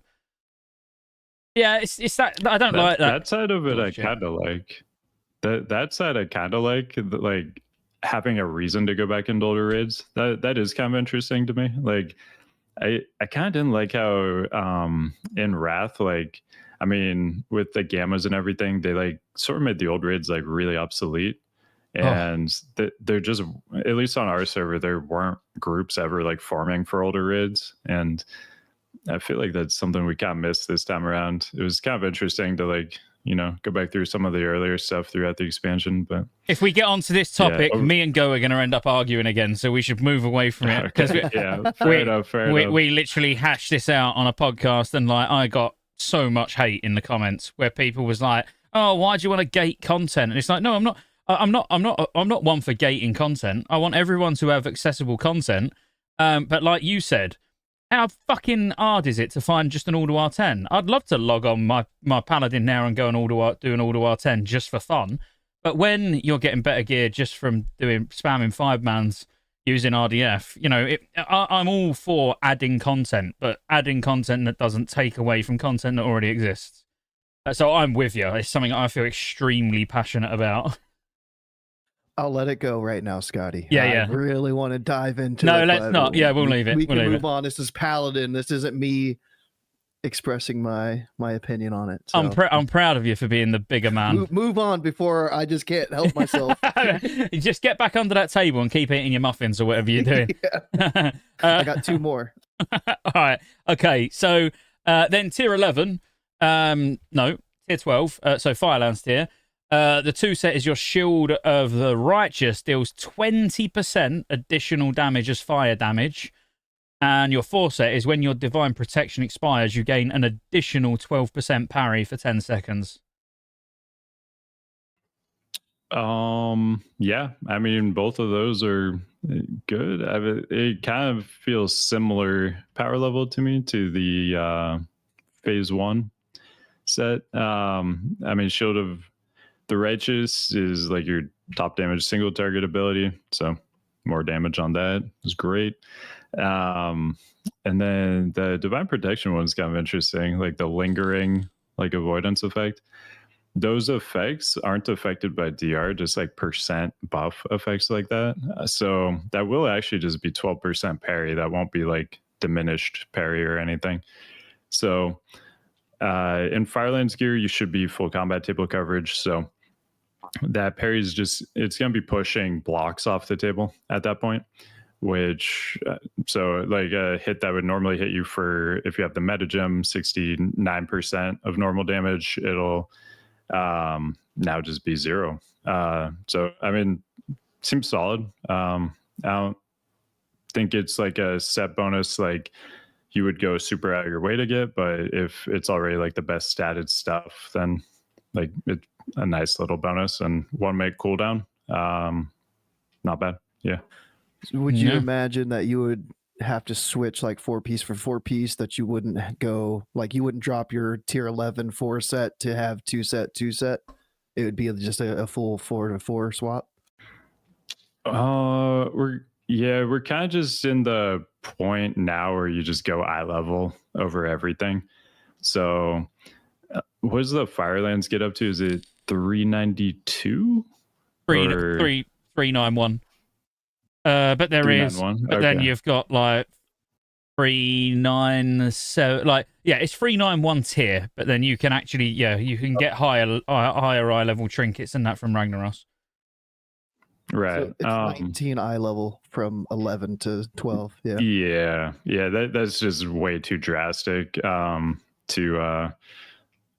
like the set bonus would have to be absolutely incredible to like forgo the eye level upgrade there. So yeah, it's just gonna be straight upgrade. Just pick up the new stuff. Yeah, so you can get I mean, it will probably play nicely into Bislists because like you can get, for example, plate tanking shoulders from Ragnaros that are 397. So you'd probably go 4 set tier 12, but without using the shoulders, and then go for the rag shoulders again, just purely for the extra, the extra 6 item level or whatever it is. And then you can get 397 weapons and trinkets. Yeah, I haven't looked at like the exact pieces or anything. That on paper that makes sense though. That you'd structure it around going for that higher eye level piece. Yeah. And then we'll touch on tier 13. We're going very, very far forward now, but it's only 3 tier sets to talk about, so it's not a big deal. What have we got? 397, 410. Oh yeah, because then you got the Raid Finder set as well. Fucking piece of shit. That better stay out of the game. Not Raid Finder. The Raid Finder sets better stay out of the game. I want to really clarify that before everyone's like, oh, you want to remove content after you said you. Yeah. I've got no issue with Raid Finder. I actually am one person probably that hopes Raid Finder does come into the game. I genuinely do. I hope it's in the game. But it needs a separate loot table of just catch-up gear and not have tier tokens in it and not have trinkets in it, because getting your 4 set, you're getting your 2 set and 4 set in Dragon Soul is going to be very important. And if that means actually it's the only situation where you'd happily use a little bit lower eye level to get the bonuses, so then you're forced to do Dragon Soul Raid Finder. As long as you're not forced to do Raid Finder, I'm perfectly happy with it being there. But the 2 set, anyway, for tier 13 is your Judgment ability now also grants a physical absorption shield equal to 25% of the damage it dealt. Instantly makes Glyph of Judgment more appealing as well, I guess, when you're at this level of the game. And the 4 set reduces the cooldown of Divine Guardian by 60 seconds and increases the radius of its effects by 70 yards.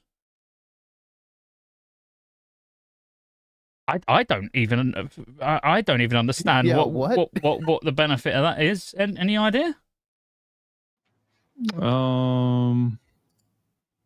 Wait, sorry, can you read that last one again? Reduces the cooldown of Divine Guardian by 60 seconds. Cool. Okay, so you're now going to that's going to bring it down to 2 minutes. Did I actually take the talent to reduce the I did take the talent as well to reduce the cooldown on it. So yeah, it brings it down to 2 minutes. But it also increases the radius of its effect by 70 yards. Okay, yeah. Currently, what is it, 30 or 40? 30, yeah. 30. Yeah, so, I mean, that is actually, like, a bit of a concern. Like, the amount of times, like, I've tried to run, Concentration Aura as a prop eye, and, like, ranged are like, oh, why is nobody using Concentration Aura? And I'm like, I've got on. But, like, ranged are often just, casters are out of range of 30 yards of the tank. So, I mean, this will actually have like some effect on that. But at the same time, a lot of times that you're using Divine Guardian? It would I'm be during, thinking like, a about the high rate complete damage wrong ability. point? Sorry, yeah, that's my bad. Yeah, don't worry. I'm thinking about the complete Okay. wrong ability. I was thinking about your Guardian. You know, your actual Guardian that you Oh, summon. Guardian of Ancient Kings. Yeah, and Okay. I was like, how does that? What difference does that even make? I don't understand. But yeah, then it's Divine Guardian. Okay, so yeah, it's the raid cooldown. Yeah, Yeah. increasing that radius okay, that makes sense. That's my Yeah, bad. there's some value to that for sure.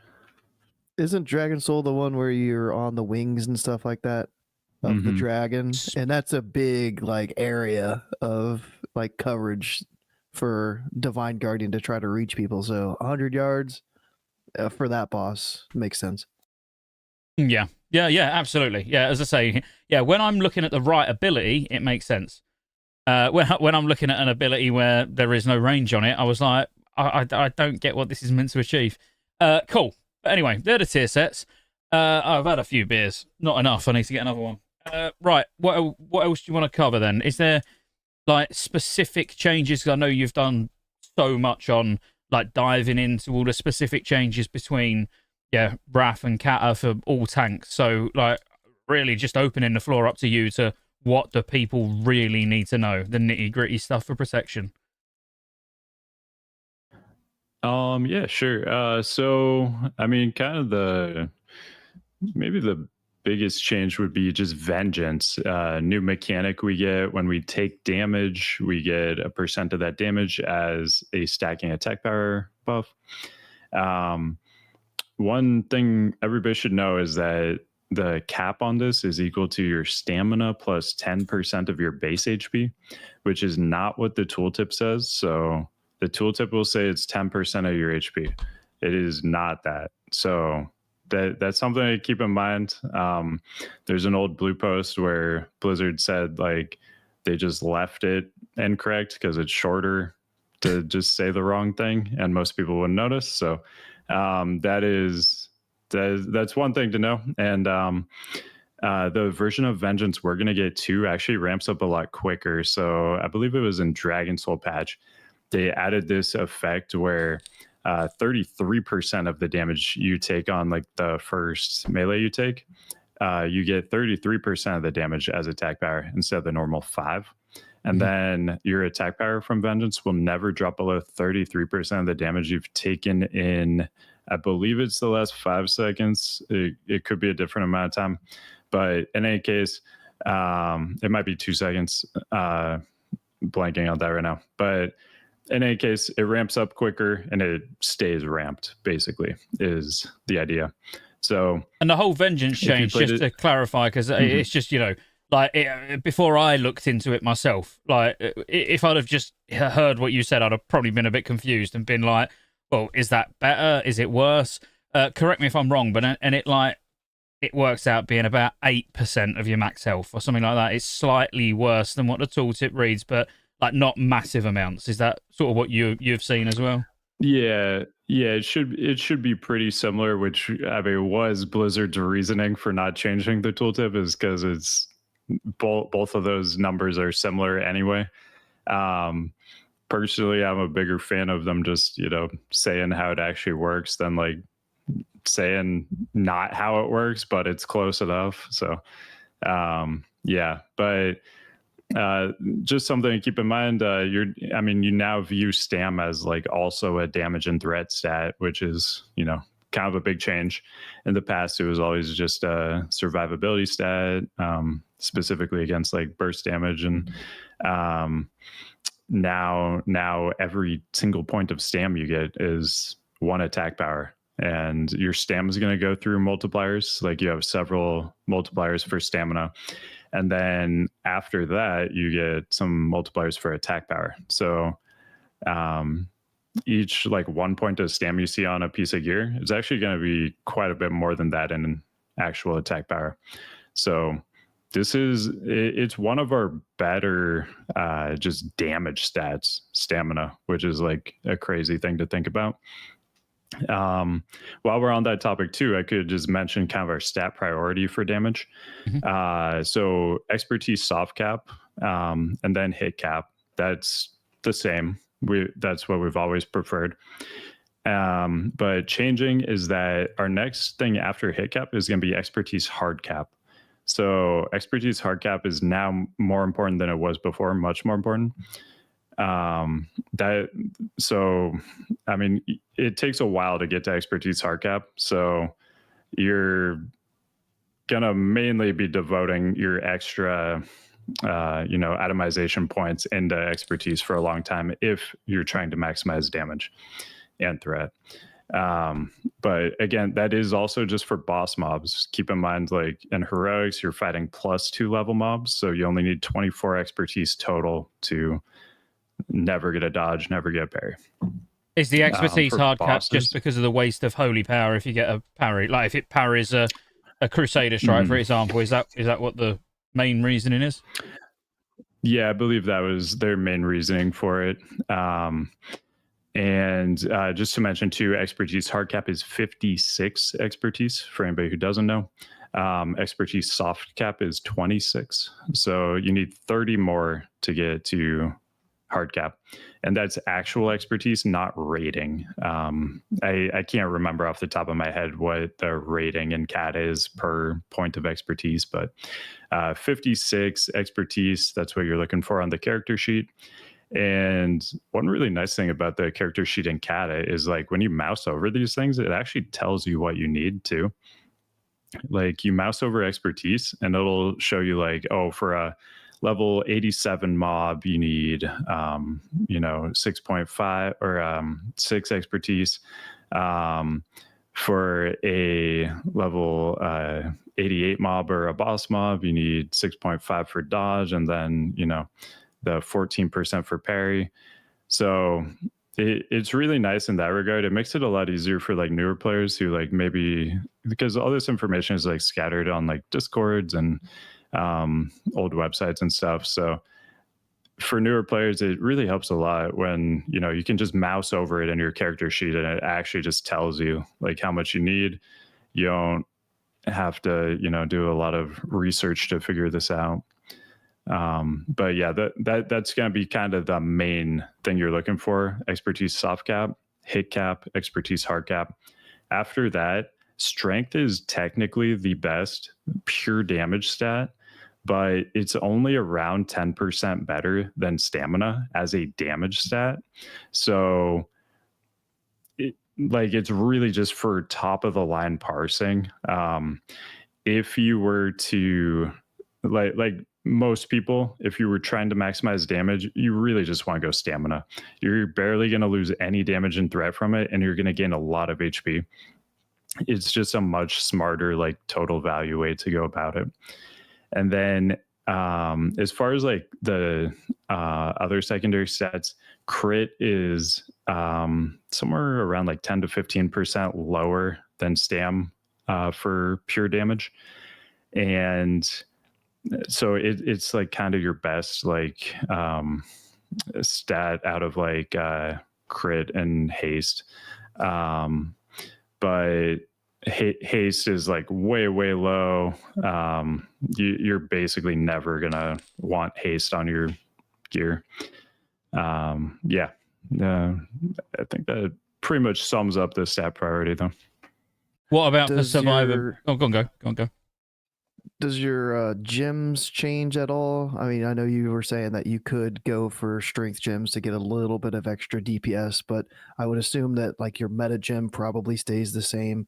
This is more pre-patch, but I think from what I saw with Balance Druid, everything kind of just had their stats increased for the gems, and there was nothing really new. It was just like, oh, instead of 20 intellect, it's now 40 or something.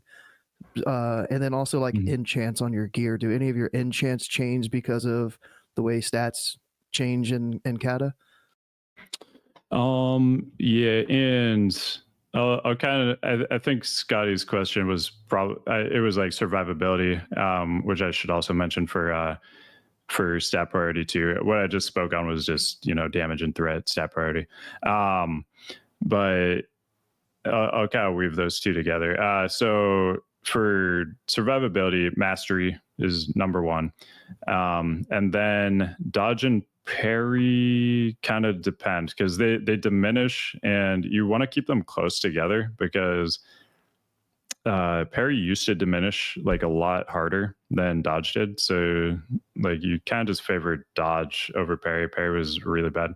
They now diminish at the same rate though. So you want to keep those ratings about equal. So one isn't like out diminishing the other. And then stam. So basically those 4 things are what you're looking for, but mass number 1. And then it's like stam or dodge and parry. It kind of depends. Stam more for like you need enough to like survive burst and everything, and it's just, as we talked about, kind of a great all-around stat because it gives you is one of your best damage and threat stats on top of like giving you a ton of HP. You have some scaling with increased HP too, like Seal of Insight heals based on your percent max HP. It's 4% of your max HP. So if you are doing that full min-max like survivability, you are actually increasing Seal of Light healing or Insight healing by having more HP. But it's really going to depend. Getting that full combat table coverage is really important. So you really just kind of want enough stam to be able to withstand burst. Other than that, you're going for masked number 1 and then dodge and parry. So you can get your total avoidance plus block up to 102.4% for bosses after diminishing returns. So that's kind of your main priority. And then go what you asked about the gem changes. So with that, masked is like the main thing you're going to be gemming for. It does not diminish at all, unlike dodge and parry. It is the most efficient way to get combat table coverage. So just stacking lots of mastery is really important for prop eyes to push those normal hits off the table. And then that also means when you use Holy Shield, it's guaranteed damage reduction. Once you have full combat table coverage, you know the worst outcome of an attack against you is a block. So when you use Holy Shield, you know it's guaranteed damage reduction. It's not a chance at damage reduction anymore. So that also helps just for consistency. Do you know what rating was? So obviously, yeah, that's stat priority. But do you know what the rating difference is? You know, like when you know what I'm trying to say. Anyway, like at what point is stamina better than mastery? Is it like 2 points of stam is better than 1 mastery, or you know roughly what that looks like? It's kind of depend. Like they do sort of 2 different things. So like with master, you're actually like reducing the damage taken. Like that damage just never happens. With stam, you're just creating like a bigger window where you can take damage before you die. And I'm not sure on exact equivalency points on it yet. That's something I'd have to wait for the new sims on. But in general, like you're basically just going for masked. Like most of the relevant choices you have are like gems, which would be 40 masked gem versus 60 stam gem. And in that case, like the masked is just better. I couldn't tell you like how big the difference would have to be for the stam to start being better, but once we have the new sims, that'll be really interesting to look at. But in general, you're just stacking the masked, pushing more of those normal hits off the table, getting your damage in, take a lot more consistent, less spiky, and making Holy Shield like a more reliable damage reduction cooldown. For the meta gem, that's going to be one of the ones that changes for us. At a pretty low gear level, you already will be favoring the block meta. That makes you block for 1% more damage over the armor meta. So I can't remember the exact time it switches over, but I think it's approximately when you reach like full pre-raid bisque gear, maybe a little bit before that. But then you'll switch over to the shield block meta, and your blocks are going to be 31% instead of 30%. So at that point, basically it's that point where you have enough block that the total damage reduction from having that 1% outweighs the armor, the 2% armor bonus. So yeah, that's gonna be a big one that changes, and then just like lots of mastery gems. And so mastery is a yellow gem slot, and depending on the socket bonus, it may or may not be worth matching colors. But you also have a stamina mastery option that's a green gem, and then a parry or dodge mastery for reds. What about your flask? Because I think it's just straight health right now, or you have one for I want to say attack power is the other one. So how does that gonna change? Yeah, it is a little bit weird because like the health doesn't affect our like vengeance at all. In Cata, the new flask is like a stamina flask, so you get the HP and you get the attack power. But the Wrath one, as far as I know, Stoneblood still stays as just that pure HP one. I don't think it changes at all to a stam one. So yeah, we probably will forgo that one, although a lot of people have for a while already been doing that. A lot of people run like the Elixir of Mighty Strength plus Gift of Arthas just for the raid damage buff. So in pre-patch, most likely you would switch to the Expertise one, since Expertise now becomes a like higher priority, and then could keep running Gift of Arthas. That's probably what I would do. It's mad, isn't it, that we still use Gift of Arthas? Yeah. I mean, it's fucking mental. It's crazy. Gift of Arthas is the gift that keeps on giving. It's years later, we're still talking about it. Yeah, the other option would be whatever Elixir of Defense becomes. I'm not sure. Does it actually become a like dodge elixir now? Haven't checked. What's the name of it? Elixir of it's not superior, is it? Mighty Defense. Oh, it actually becomes armor. Yeah, I forgot about this. It becomes, I think, a worse armor elixir than the old armor elixir, so it's just kind of useless. So, I mean, you'll probably just do Gift of Arthas, but Gift of Arthas is expensive, so not everybody will. You could throw in like the Elixir of Protection, the armor one. That'd be fine too.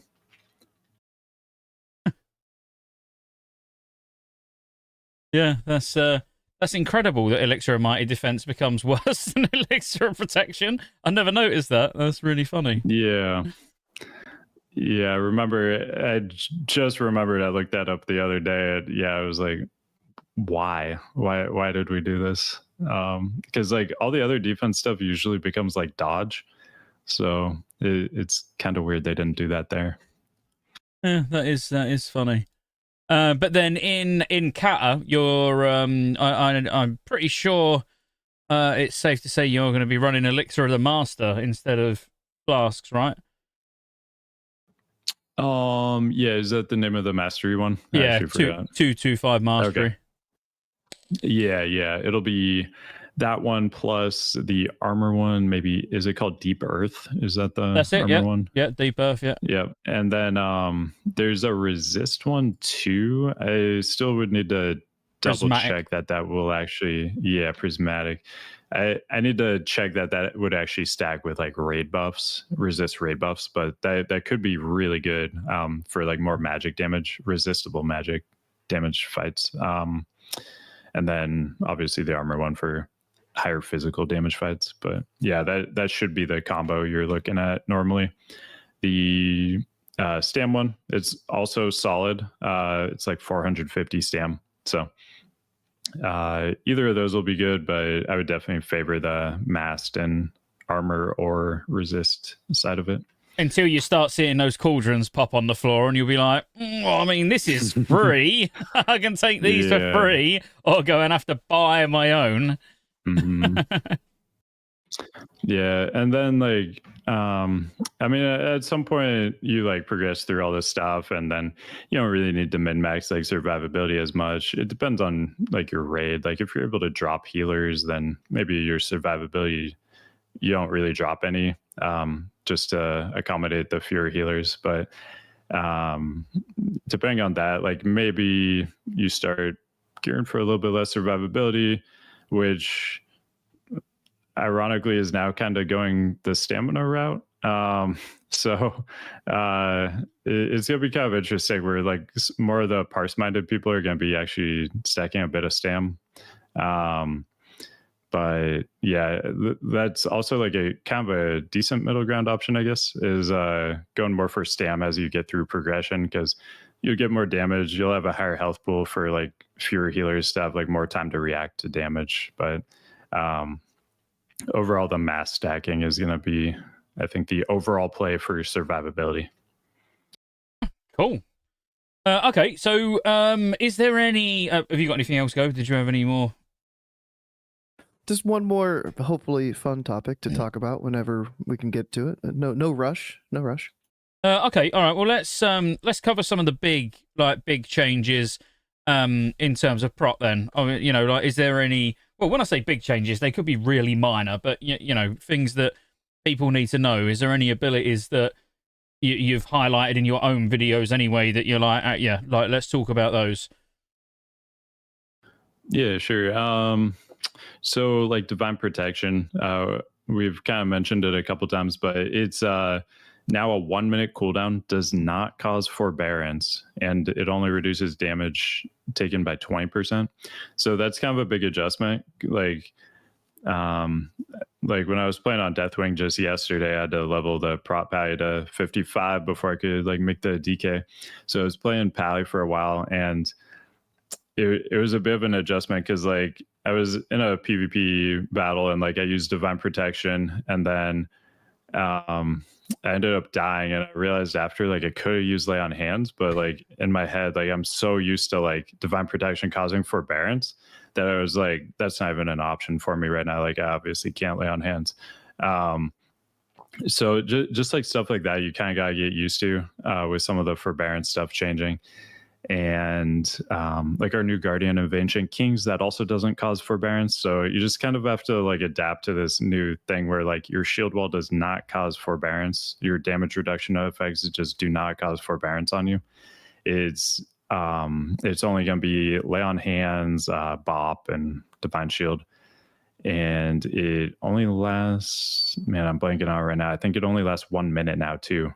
So yeah, and another thing to remember is Lay on Hands now causes forbearance on other people. So currently in Wrath, it only causes forbearance if you use it on yourself, but it now puts forbearance on other people. So you potentially would have to be kind of careful if there's some plan to like put Hand of Protection on somebody else for like a AoE taunt, or, you know, put it on mage for AoE or whatever. You gotta make sure you don't just like Lay on Hands that person, because they're no longer going to be, you won't be able to put a Hand of Protection on them anymore. So that's one thing to be aware of. You can put forbearance on other people with Lay on Hands now. Mm-hmm. And the good thing when you mentioned about, because it's funny when you mentioned about Divine Protection, obviously I'm very much in that, you know, at the moment, so my Divine Protection has always been in the same place, like keybind wise, and it's not moved for years. And occasionally I'll use it accidentally and be really annoyed because it's like I can't wings now, like dick, you know, I'm raging at myself. So like I've got so used to training myself to make sure that I only ever use it in dire emergencies, because it's the last thing you think. Like I'm speaking more DPS, but you know, because that's the good thing about Divine Protection. It's the same for everyone. So a Holy Paladin's now got a Arc Skin, essentially. You know, you've got a 1 minute, 20% damage reduction. Same for Ret. Yeah, same for Prot. And I forget to use it so much because I'm just like, it's so ingrained in me that that's my last resort. If my bubbles, like I'd bubble before I Divine Protection, obviously. So it is a weird one that I think a lot of Paladins are going to, unless they've been completely no life in Cata private servers and the beta where they've already trained themselves around Divine Protection. But it's fantastic. Like, it's a great change, you know. And again, like when we then talk about the glyph for it as well, you know, as a holy or rare, a prop, whatever, you know, if you're doing a heavy like magic resistance fight or magic damage fight, you know, the fact that you can change that 20% damage reduction to be magic instead on a 1 minute cooldown, like it's got a lot of uses but good luck getting used to using it like that, because yeah, it's quite a change. Yeah, there's gonna be several adjustments like that.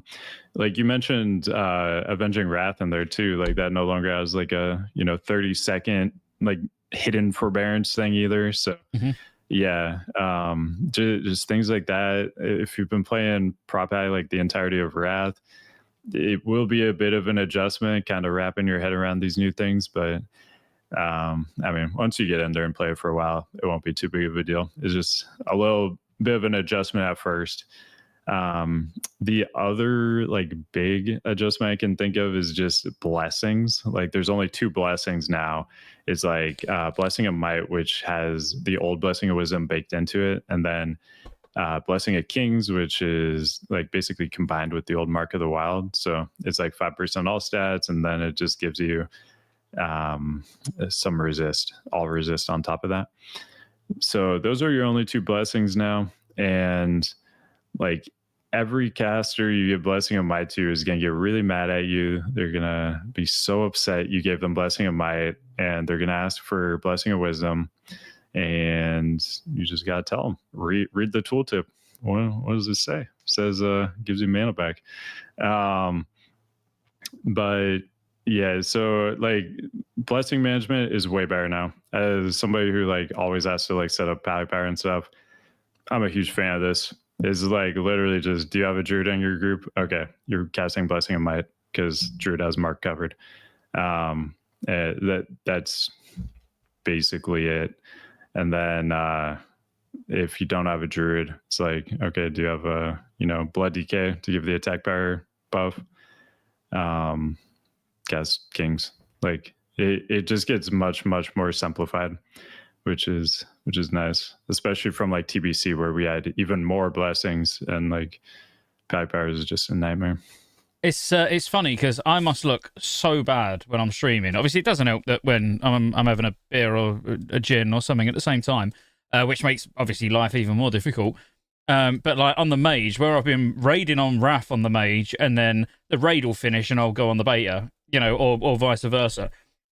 I spent so many times single targeting arcane intellecting each person in the party in a heroic when it's doing nothing, because it's just instantly party wide. So like where I've gone from Wrath into Cata, and then I'm like, and I have to keep reminding myself, I'm like, why am I doing this? I just press it once and that's it. And the same, with Blessing of Kings, Blessing of Might, you just press it once and it's like, boom, done. But I'm pretty sure there's been times where I've gone from from Wrath to Cata and then started trying to might the rogues. It's like, it's weird. Again, all of this just takes some getting used to, or maybe it's just my mental power waning. Oh no, I'm right there with you, but it might be my mental power waning too. It is an adjustment though. Just hopping on Cata for the first time yesterday in quite a while. It took me a bit, but I think by the end of pre-patch, everybody's going to be pretty in tune with all the new changes. It won't be too bad. I mean, Resistance Aura is another lovely one as well that we've not mentioned. I mean, I know it's quite minor, but again, it's still just a nice one where Paladins have not now got, Shadow, Fire, Frost. It's just all in one. But other than that, I mean, I'd say they're the major changes for Pro. I can't personally think of anything else that we haven't spoke about. Yeah, I think that sums it up pretty good. I do have a video also, if you guys want to check that out. Just going over all the Prop Eye changes. I also have one for Prot Warrior and Blood Decay. It just goes over all the spell changes for each one pretty quickly. Just kind of under 10 minutes, just learn what all the changes are. Do you want to put a link in chat or in Discord or whatever, and I can literally I'll put it in the description now, so then it's done. So while you guys are doing that, Subtle, this is hopefully another fun topic. I'm trying to be fun tonight a little bit when I can. We got fun go. I know. Transmog if you end up transmogging I'm your leaving. paladin, is there a tier set that you're like, oh yeah, I need to use my tier 2 set for my transmog? Or would you create like a different set that's not like a tier set or anything like that? Any transmog ideas? Yeah. I mean the main one I've been looking at is like the tier 3. The tier 3 just like feels so iconic, and unfortunately I only had 3 pieces of it, but I have the helm, shoulders, and legs, and like helm and shoulders are like the most important. So I'm gonna be creating like a set based on the helm and shoulders for tier 3, and kind of working out the rest of it. Try to make it look decent. I think there's quite a few options that are kind of that silvery, maybe with a little blue color. So I think that'll be good. It looks like right now you can't actually do legendaries though on Cata Beta. So I was hoping I could use the Thunder Fury, but as of now, it's not really looking like it. But yeah, if I can, I'll be rocking Thunder Fury for sure. And then you want to look like a Power Ranger. It's basically what you're saying without saying it. Oh, yeah, 100%. And the tier 3 sets too, I believe you can use them on any of the plate classes. I don't think they're class restricted like some of the other sets. So, maybe I wear that Patty tier 3 on like the Warrior, the DK, like really mix it up. The Warrior set just looks so good. The Dreadnought one, if I could wear that on Prop Patty, that'd be amazing. But I messed up and I didn't get the shoulders. That's like the only piece I didn't get for Warrior tier 3. So that's like the best piece of the whole set. So feeling bad about that. I'm hoping they add some way in Cata where you can like get some of those old mogs, like with whatever new gamma thing they do. Maybe they add like for a high currency cost, you can buy some of those old transmogs as a way to not only expand like the transmogs you could get, but also keep like more players playing like whatever the new Titan Rune dungeon thing is longer. Did they put the tier sets on Dark Moonfair Island at some point? Like maybe we would see it. They put there? statless sets on. I can't remember. I don't think they were tier sets, but they did put statless transmog sets on Dark Moonfair at some point, but I don't know when. Yeah, I wonder if they would go that route. I'm not sure. The tier 3 stuff, I think back in the day, I believe it was just through the black market auction house in MOP, at least for a long time. And then in retail, actually within the last year or two, I think they had some weird, I didn't do it, but there was some Nax event where you could like craft a grappling hook and like go into the rafters. And like, there was this whole like crazy quest chain you could do to like unlock tier sets or something. I didn't do it, but it looked interesting. I'm going to say it just because Go brought it up. I want to punish myself for even talking about transmog, but if I had to transmog, which, I'm not saying I will, but if I'm so bored and I've got nothing to do, like Pornhub's run out of content, like, there's just nothing in my life that I can do, I would definitely go Judgment on my Paladin, and I'd go tier 6 on my Druid. Mage, I don't really care what that looks like whatever, but I really do. I like tier 6 on Druid. I mean, Mage had some sick sets too. Yeah, I don't really care what that looks like. Like the Paladin. If I was gonna put any effort in, like the Paladin, reliving my glory days from like 2004, 2005, and being full Judgment with Herald of Woe, like that is actually like quite a sick look. I don't know how it will look on a Blood Elf though. Probably not very good. Yeah, Pally's got a lot of just good tier sets, so I don't think Pally's really got to get too creative. It's like, I mean, you got Judgment, you got tier 3, you got tier 6. Like, we got plenty of options just like right out the box. So, yeah, I'm interested to see what the more creative people can come up with though, because at least on retail they have a lot more options, and people are always coming up with some really cool stuff. So I'm going to get back on topic now. Thanks for that. Whatever that was, Go. I can't even think of a word shit enough for transmog. So, there was a comment which I will address that in a minute, but I think it's actually brought us on to something that we haven't spoke about yet. professions for your prop paladin in both the pre-patch and in live? Like, would that possibly change? What are you planning on doing? And then I'm not sure why you're asking why I would run alchemy over tailoring blacksmith. I'm confused. Well, I'm assuming you're asking me, but I've not even said anything.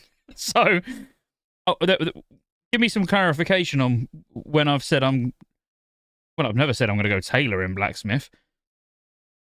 Alchemy is fairly fucking like clear cut. There's gonna be more alchemists in the first week to 10 days of Cata than there's been in any expansion ever. If you're not alchemy, you're going to be the odd one out. But yeah, sorry. So professions for prop paladin.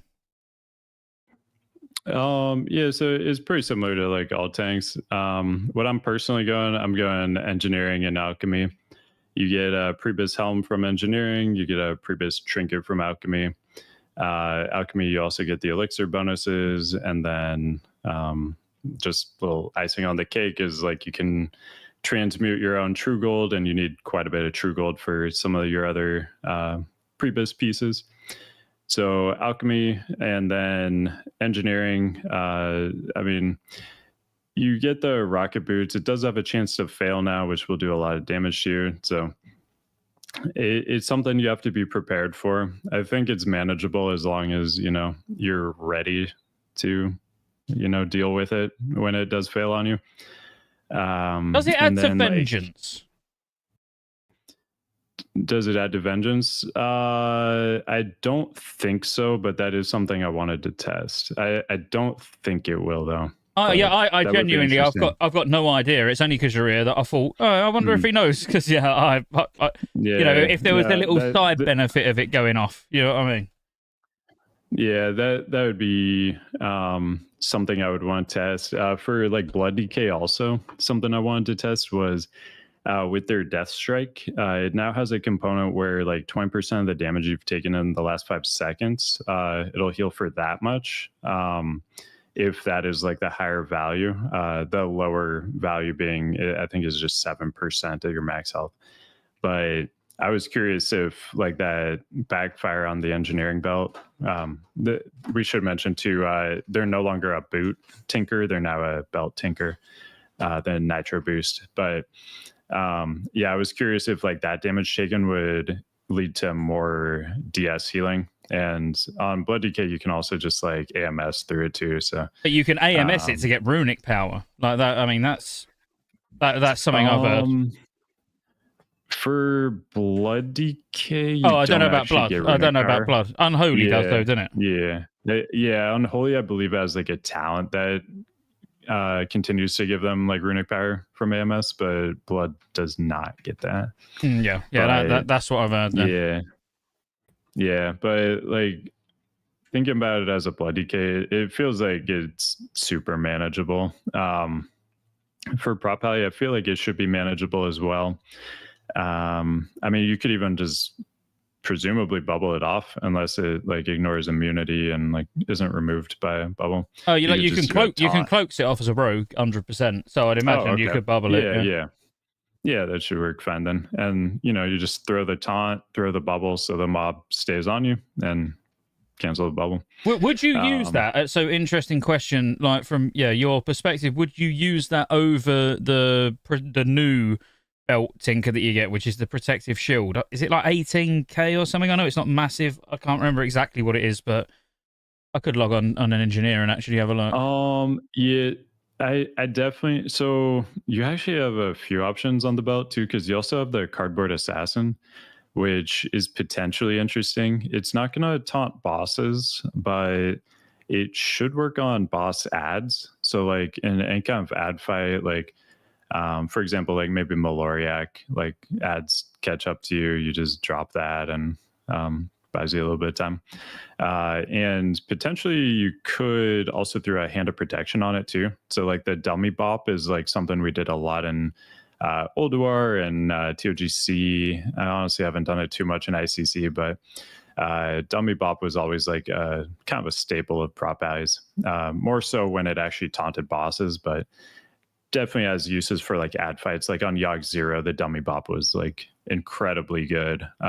Once you got to the part of the fight, you had like tons of ads on you. They all healed up. You threw down the dummy bop. They all just sat there attacking an immune dummy while you ran away. So as long as you can cast Hand of Protection on the Cardboard Assassin, any ad fight, it still has like tremendous value for that.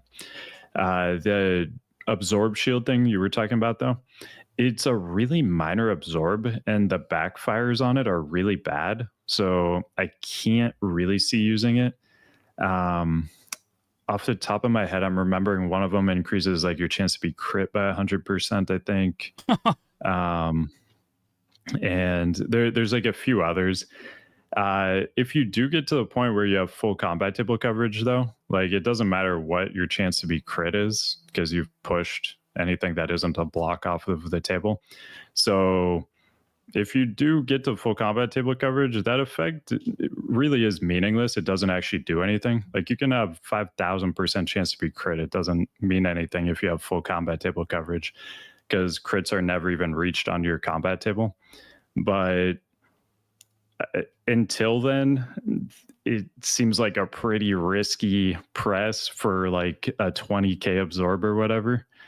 And there were some other effect. I think there were multiple backfires it could do.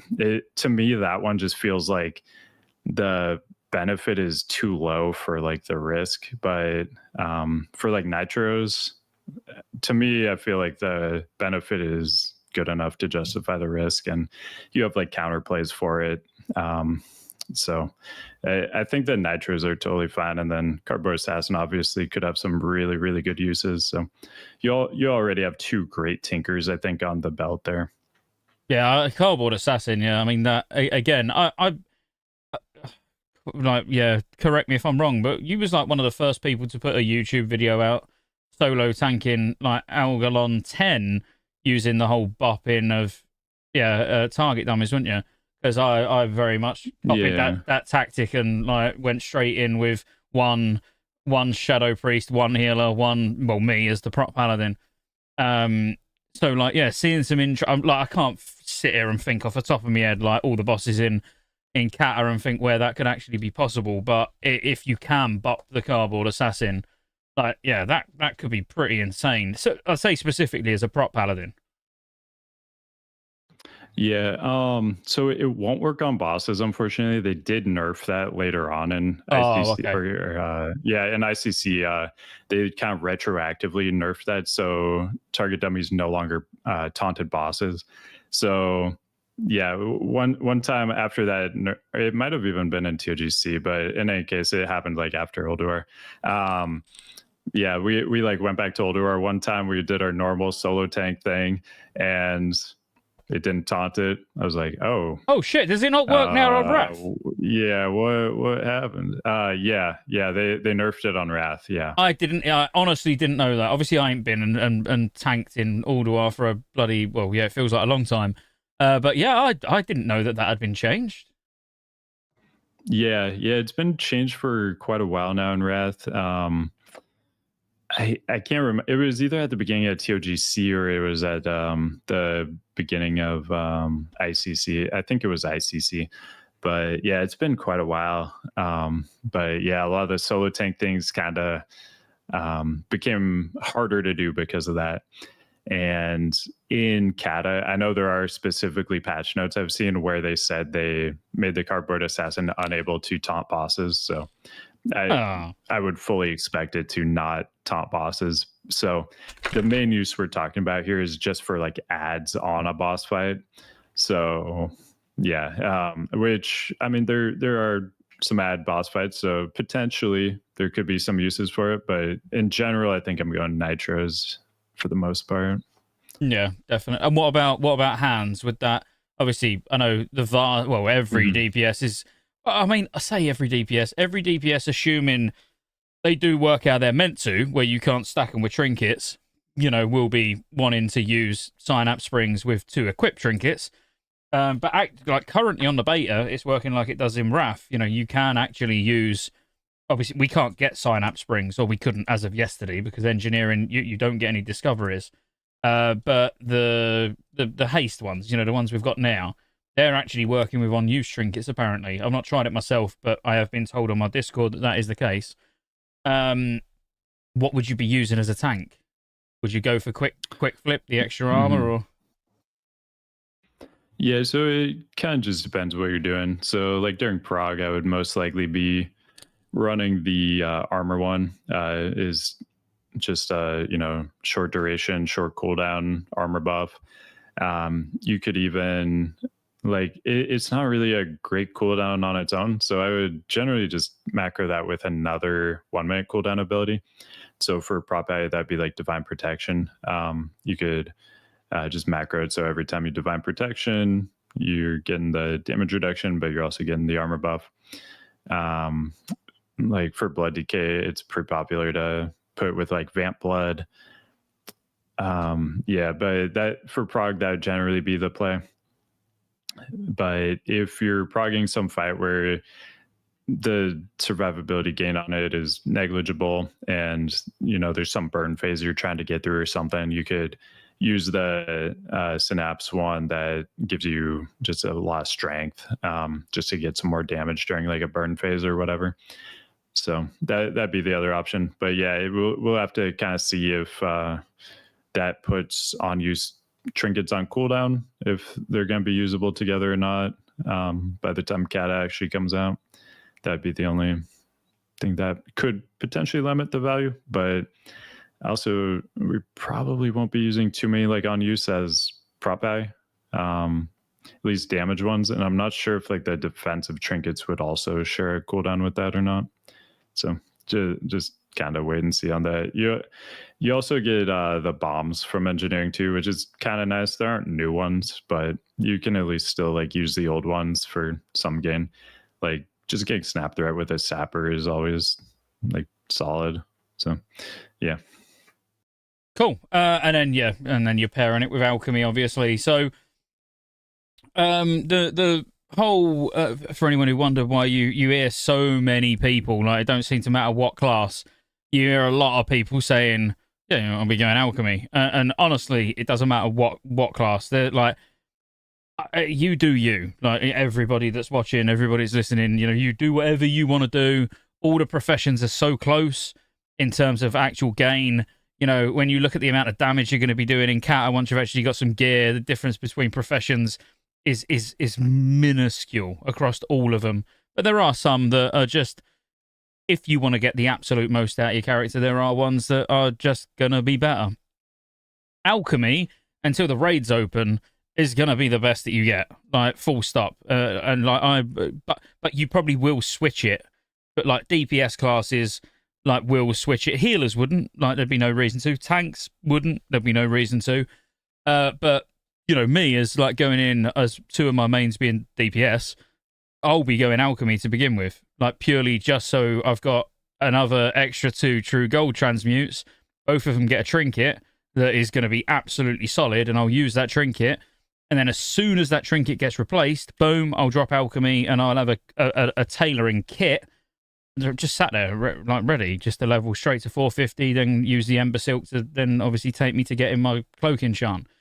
So if that's too much fear, and like I don't mean to sound like I'm not being a dick, I'm being serious. Like if you're like, well, I don't want to change my professions, like after 10 days of Cata launching, then go in whatever you want. But trust me, the amount of gold that you will make, even if you've just got alchemy for 10 days, is gonna be well worth having it. And you're gonna have a really solid trinket like almost immediately, that you're gonna probably pair with a Dark Moon card, being Tsunami if you're a healer, or Hurricane if you're a DPS, like melee DPS, or Volcano if you're a caster DPS, which Volcano is going to last you. Volcano is the equivalent to Dark Moon card Greatness of Wrath, where you still had Hunters using it going into ICC. You still have Rets using it in TOGC. Volcano lasts a long time. But yeah, I just wanted to put that out there. If you wonder why you constantly are hearing like, alchemy seems like the default go-to. It kind of is and it isn't. It's not the biggest gain. Once you get rid of that trinket and, you feel like you've made enough gold from true gold, because it's going to be fucking expensive. and everyone's going to want it. Every single engineer, look at the amount of engineers that we're going to have. Every engineer needs a true gold to make their head. They also need a chaos orb, which that's going to be probably more problematic than the true gold, to be honest with you. But every blacksmithing piece, which we're now talking warriors, DKs, paladins, prop paladins, holy paladins, like everyone that wears plate is going to need them. Weapons, even though they're only 346, I wouldn't waste true gold on 346 weapons, but true gold is going to be very, very valuable. Yeah, I mean, I think the number for tanks was you needed 11 total.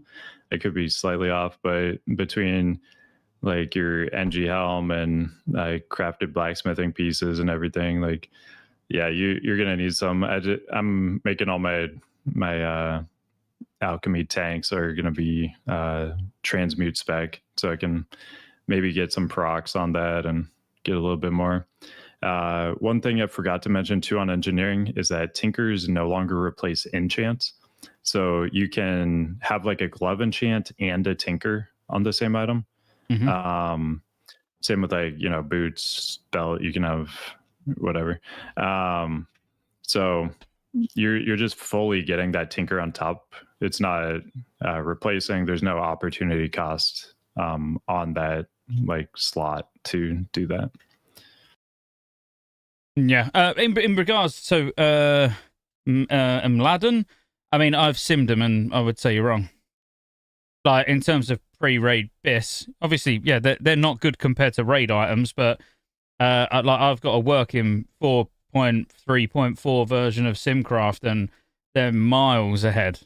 I've only tested Feral Druid and Ret Paladin, I'll be completely honest with you, but they're miles ahead of 346 Trinkets. So if you've got a sim that shows me 346 Trinkets being better than the raw stat gain on the basis that strength and agility is king, I'd be well up for having a look.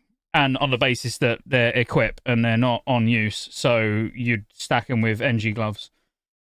But obviously, yeah, DM me on Discord or join my Discord and send me like where you've got sort of a sim or situation where they're not best, because I'll be using them.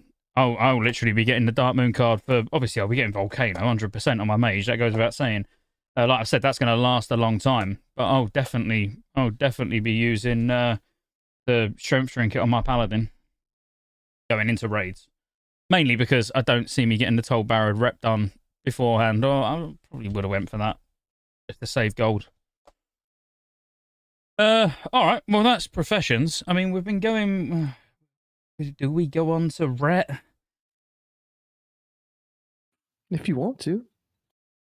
We had somebody asking earlier a question about Ret, but if we're happy with Pro, I mean, Holy would only take... Well, Holy wouldn't really take long at all, to be honest. We could do Ret and round out the classes, but round out the class, and then we're sort of done with Paladin. I don't know. Guys in chat, do we carry on? Do we leave it as like the plan was just to do protection, but we've got through protection, I'll say fairly quick. It has been about 2.5 hours, isn't it? So like Ret would have to be a lot quicker. I haven't done Sims experience 5 years on Apollo Cata servers. Oh, that's fair. Yeah, that's fair. I go by Sims. I go by Sims over like I've used it. It's better. Yes. All right, we're doing Ret. All right, let's at least let's. I think we can get through Ret pretty quick, because, like, quite honestly, I feel like we, if you haven't seen the world's longest class picking guide, you'll be able to find out a lot of stuff in last night's podcast that we done, where we covered every class, and there's timestamps. Biggest complaint in comments was timestamps. I don't think people realised I needed to sleep. I was like, once I wake up, I'll put timestamps on. The podcast finished, and instantly it's getting comments. Where are the fucking timestamps? It's like, well, I'm going to sleep first. When I wake up, I'll do them. But by the time I woke up, someone had done them. So even better. I was dying. Yeah, I was annoyed. I was fucking fuming. I'll tell you what. I wanna just go and grab another beer because I'm pretty much empty. So obviously, just you two just open with Rhett. Let's do Rhett and let's do Holy. Let's get it done. If you boys are all right and we spend half hour on each one, because I feel like we've sort of covered. A lot of what we spoke about with Prot is going to be quite relevant for Rhett anyway. Changes to Crusader Strike, and we've spoke about Divine Storm not sharing a cooldown. We spoke about tier sets, and I reckon we can get through it quick. Sure, sounds good. I'm going to get a beer then. I'm trying to pull up the mastery unless you have that available, Subtle. I don't, but I can. I was just going to boost a new character and see what it looked like. Let's see. So for red, it's just Templar's Verdict, Crusader Strike, Divine Storm, deal % additional damage. It increases the more mass you have. Personally, I honestly don't know too much about red. This is gonna be kind of a learning experience for me, but I want to see what Scotty's build looks like. He better already have a spec planned out. Oh, I'm sure he does. I remember last time we kind of went over this stuff too. All right, I'm back. God, you boys are fucking terrible. I thought you'd already got cracking into this, but all right. So, oh no, I don't know any of the red stuff. I can't lead the way, unfortunately. I mean, I could bullshit. We got 2 in Eye for an Eye, and then obviously 3 in Crusader Strike. We're gonna skip Improved Judgment, go down. Yeah, to you just the stop. You just second stop. tier here. Stop. No? Go. Right. So we're going to talk pre-patch. So pre-patch, Rhett is going to be in a rough spot, and I've said it before. You're balanced around having Inquisition on. It's your number one priority is making sure that you've got Inquisition up. So, on that basis, we're not going to have it in the pre-patch. It's not going to be the greatest of times. But we'll tear through the spec. And this is exactly what I would do. I'm not looking at anything historic. I've leveled many paladins on Cata. But obviously, being in a pre-patch is going to be a new experience. But on the basis we're fairly limited on talent points anyway, without having that extra 5, we're going to have to sacrifice something. So obviously, we're going to go through in Crusade. Because it's just increasing the damage of Crusader Strike, Hammer of Righteous, Templar's Verdict, and obviously, Templar's Verdict is what we're going for. Reforge him. You're going to want to get as much fucking mastery as you can, by the way. So I'll touch on that straight away. Until we really understand what the levels are going to look like, I can go on my own personal private server and stick a Ret Paladin in full level 80 gear and then reforge it and look at all the stats but realistically we kind of know what it's going to look like anyway, and on the basis the stats are going to be really inflated because we're level 80 with a lot of stats. If you've obviously been doing ICC heroic, mastery is just going to be king, but getting hit expertise caps, obviously that's not going to be an issue either, because if you're already hitting expertise caps, none of that's going to change. It's not like if you're a boomy, for example, you'll log in on the pre-patch and you'll have 33% hit and be like, why? Why has this happened? Private server, bring this man to jail. Yeah, take me to jail. But anyway, we're going 3 in Crusade, we're going 2 into Judgment. Obviously, we always want Pursuit of Justice because, Pursuit of Justice is not even just about the movement speed. The fact that now you've got a 100% chance to get a charge of Holy Power when you're struck by a stun, fear, immobilize effect, that happens in raids. Quite often you'll get not necessarily just stunned, but feared, immobilized, whatever. So it's free Holy Power, which equates to free damage. It's going to be amazing in PvP, and you get the movement. And then obviously we'll go in Rule of Law, which increases the critical effect chance of your Crusader Strike, Hammer of Righteous, and Word of Glory by 15%. Obviously, it's really only Crusader Strike we're bothered about there, because unless you're a really, really good boy, a good boy Ret Paladin, you're rarely going to use free Holy Powers on a Word of Glory in a raid. Unless you take Selfless Healer, but then that's going to be terrible. We'll get to that in a minute. You're going to want Art of War. Now, assuming that everything's going to be sort of similar in power during the pre-patch as it's going to be at level 85, your Exorcism goes from being one of those abilities that it sits there and it glows and you might just ignore it because everything else is higher priority. You know, you're prioritizing using Divine Storm because you want to get rid of your tier 10 two-piece procs, which we touched on earlier. They go, like full stop, gone. It just turns to 5% damage, so you're not going to be spinning to win anymore. But Exorcism does a lot of damage. And you can glyph Exorcism as well to do 20%. 20% of its damage over 6 seconds as well. So yeah, Exorcism really moves high on your priority list, where at the moment, sometimes I'm sat there with an Art of War proc and just don't even use it. No, there's no Paladins are far from wheelchair related in terms of speed, because what you're also going to take is Long Arm of the Law, where your Judgment has a 100% chance to increase your movement speed by 45% for 4 seconds. So, obviously, you're on targets at or further than 15 yards from you. So when you've got a target switch and you use it, boom. But you won't get that movement speed, obviously, if you're stood in front of the boss. So you need to bear that in mind and use it quite... you use it like you would... like how you should, is what I want to say. You know, so if you need to run out to an ad, you're not going to want to judge the boss that you're stood at.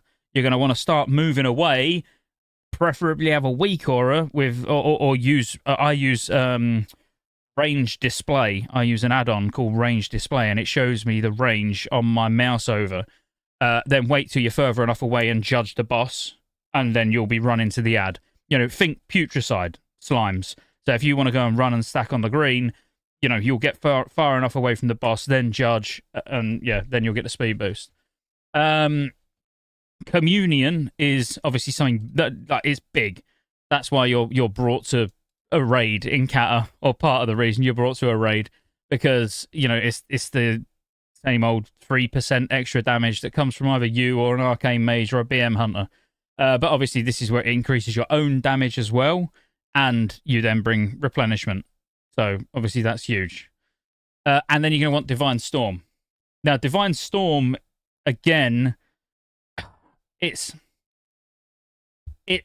good, but it's also really frustrating at the same time. So, Divine Storm and Crusader Strike share a cooldown. So, you don't use both anymore. You know, Crusader Strike is single target, and Divine Storm is meant to be AoE. The problem is it has to hit 4 targets.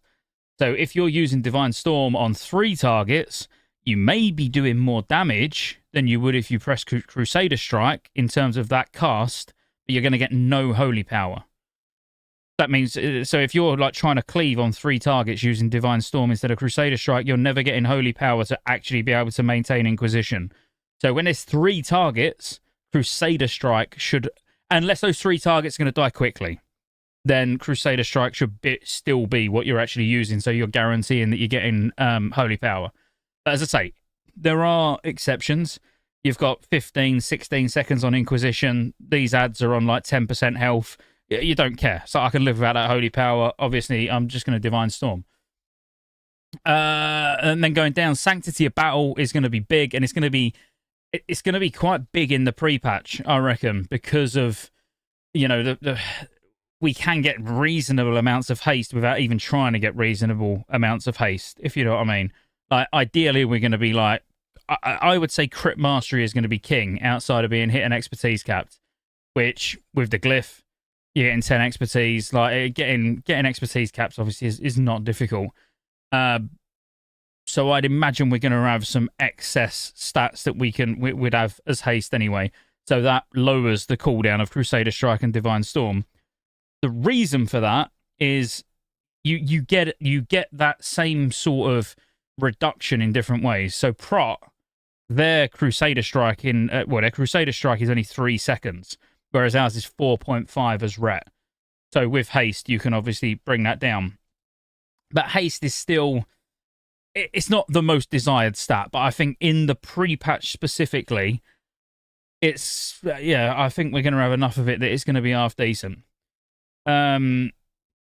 free targets just use CS and go Seal of Righteousness. Yeah, absolutely. Yeah, but if they're just literally about to die, you would Divine Storm, like, no doubt. Sacred Shield changes now, so it's like more of a, oh shit, you've took a lot of damage, it's going to automatically put something on you. On the basis, we're talking pre-patch, and that shouldn't happen. You know, as in, we're talking you're doing ICC 25 heroic, like, you're not going to be relying on Sacred Shield. I would just, like, gloss over it for now anyway. But you're going to want Seals of Command. So it's no longer like Seal of Command.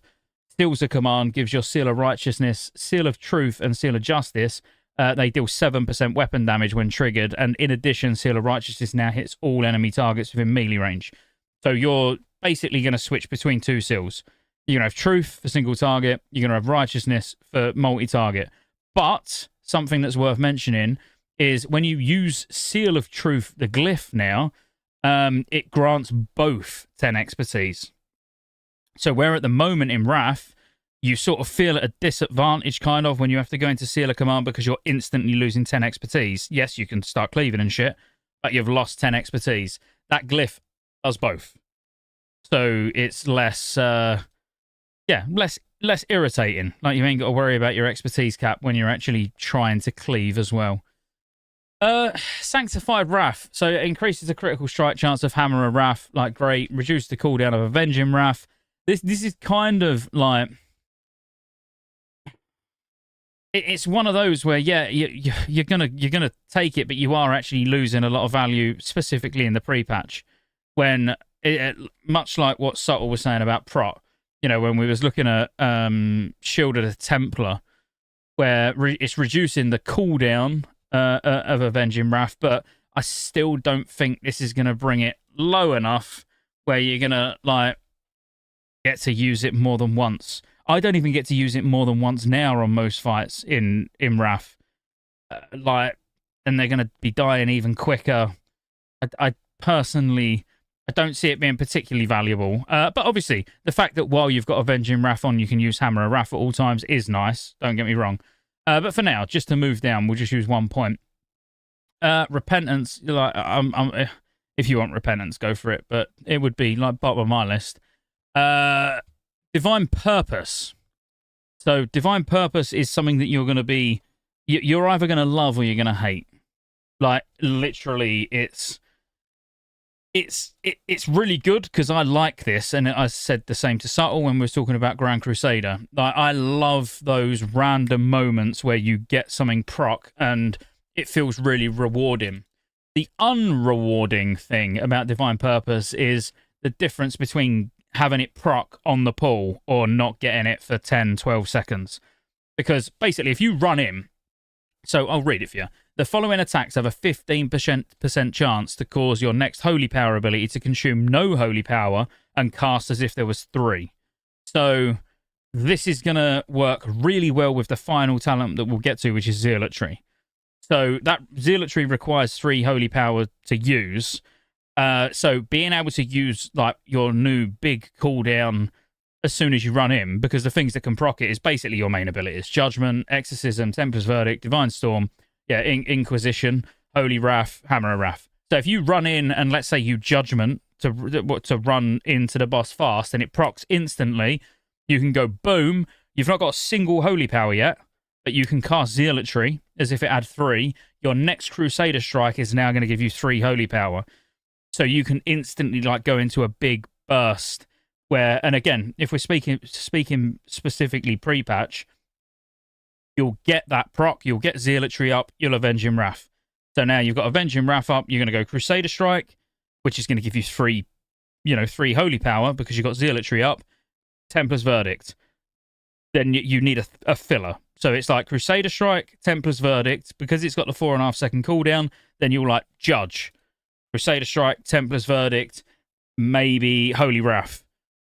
Crusader Strike, it's like you're literally just doing that, like, builder, finisher, filler. Builder, finisher, filler.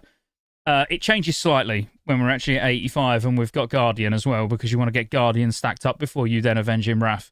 You separate all 3. But it feels great. And when you read it, like Templar's Verdict, for example, has got a chance of proccing it, 15% chance. So you can just go Templar's Verdict. I think the best I've had so far is 5 on the trot, where I've been able to just do 5 Templar's Verdicts back to back to back because the one's proccing the other. And it just feels amazing, but also you're like, shit, like I really feel like I should press something else. I've just been pressing one button. But it's amazing. But again, it's frustrating as well, because if you don't get lucky enough for it to proc straight away, yeah, it feels pretty shit. So you need that. At this point, quite honestly, again, in the pre-patch, I'm going for damage. Like I couldn't give two shits about survivability. Like that's what the healers are there for. So I'd go back up into Sanctified Wrath, let's say, and then you could pick up. I mean, even now, you've got to take something that's survival. Like I'd go Sacred Shield then. I'd just pick Sacred Shield up because Selfless Healer, you never. So I'll explain what Selfless Healer does. It reduces the cooldown of Word of Glory by 10 seconds, and then when you Word of Glory other people, so it's your heal. When you build your holy power up, instead of doing damage with it with Templar's Verdict, it will be the way that you can use it as a heal. It'll increase the damage done by 4% per charge. So you could get 12% damage for 10 seconds. But that's 12% damage for 10 seconds at the cost of 3 holy power, the lack of being able to use a Templar's Verdict, and potentially another like 12 seconds to get back to 3 holy power again. So it's not a DPS increase, so you're not going to take it. So the options are like fairly limited there. You're just going to pick up Sacred Shield so you can get down to the next tier. Then you're going to want Inquiry of Faith, increasing periodic damage done by your Seal of Truth and the duration of your Inquisition by 200%. Like now that's obviously ridiculous, and I reckon subtle. If you could have a way to get that for prot, that would be quite nice, wouldn't it? Yeah. Honestly, a lot of the red abilities or red talents look great.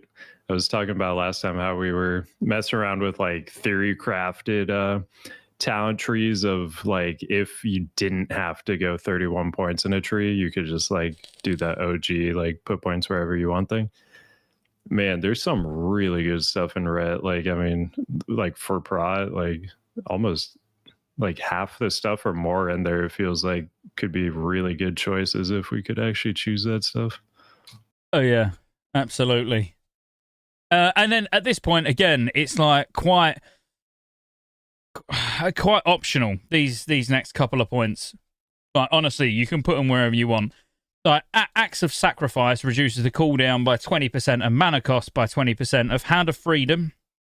Not going to be, particularly nice for PvP. Hand of Salvation, Hand of Sacrifice. In addition, your Cleanse will remove 1 movement impairing effect if cast on yourself. So again, that's nice. But I see that whole... It depends what way you're looking at the pre-patch. I'm looking at it for, I want to go in ICC and I want to pump. Like, that's great.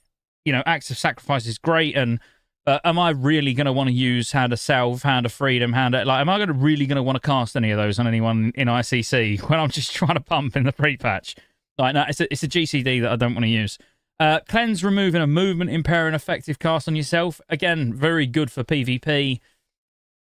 In PvE, I'm sure it's going to have some half-decent uses. But at this point, to get to Zealotry, I would probably just go straight back up to Guardian's Favor and just reduce the cooldown of Hand of Protection by 2 minutes and increase the duration of your Hand of Freedom by 4 seconds. So, like, it's one or the other, whichever one you personally prefer. But me, I would go Acts of Sacrifice actually like later on in the game for PvP. But a PvP spec would look very differently anyway. But in the actual pre-patch, I would literally go 2 in Guardian's Favor, 1 in Zealotry. And again, now you got some options. Because, like, Arbiter of Light, increasing the critical effect chance of your Judgments and Templar's Verdict, that's 12% damage on, well, your hardest hitting ability is Templar's Verdict, and obviously Judgment does good damage as well. Like, they're 2 points really, really well spent. Seals that are pure increases the damage done by Seal of Righteousness, Seal of Truth, so your seals, obviously that's incredibly strong as well. And again, it's like Judgments that are pure. You've got 1 point left. you could put one in there just to get the 3% haste. Like, I would say absolute pure damage. I don't really see the extra 6% haste being overly strong compared to the other two. That's the only place where I personally want to play about with it. I want to see what the difference would be between having just the straight up 9% haste and not having Seals of the Pure versus just having 3% and having Seals of the Pure. So I do think that we need to play about with that a bit, or I need to play about with that a bit to know exactly what one I'm going to prefer. But it is, it's melee haste. It's not like haste rating. So, haste effects lower the cooldown of your Crusader Strike and Divine Storm. If that actually does work when it goes live, which, because on the beta, I'm pretty sure it isn't, then that could be better. But again, we'll have to see. I couldn't say categorically either way between those two talents where you're going to go at the moment. My instinct says Seals of the Pure. There's 12% extra on your seals, and the fact that we think, from when we were talking about Pro earlier, that's 12% on the judgment of the seal as well. That's just going to be more. And that's it. I mean, that's the spec. I feel like I hardly took a breath again. You're good at that, though. You're good. You got big lungs. Oh. It's a good sprint. You did good. All right, Prime Glyphs. Any particular options there? Not really. Again, well, there are options, and again, it's really going to come down to how different abilities, how much different abilities are doing damage, what they're doing in the pre-patch versus what they're going to actually do at 85. But your options really are like Seal of Truth. Just you're going to want 10 expertise. It's 10 less expertise that you need on gear, so of course you're going to go for that. Templar's Verdict is your biggest, hardest hitting ability. Again, in pre-patch without Inquisition,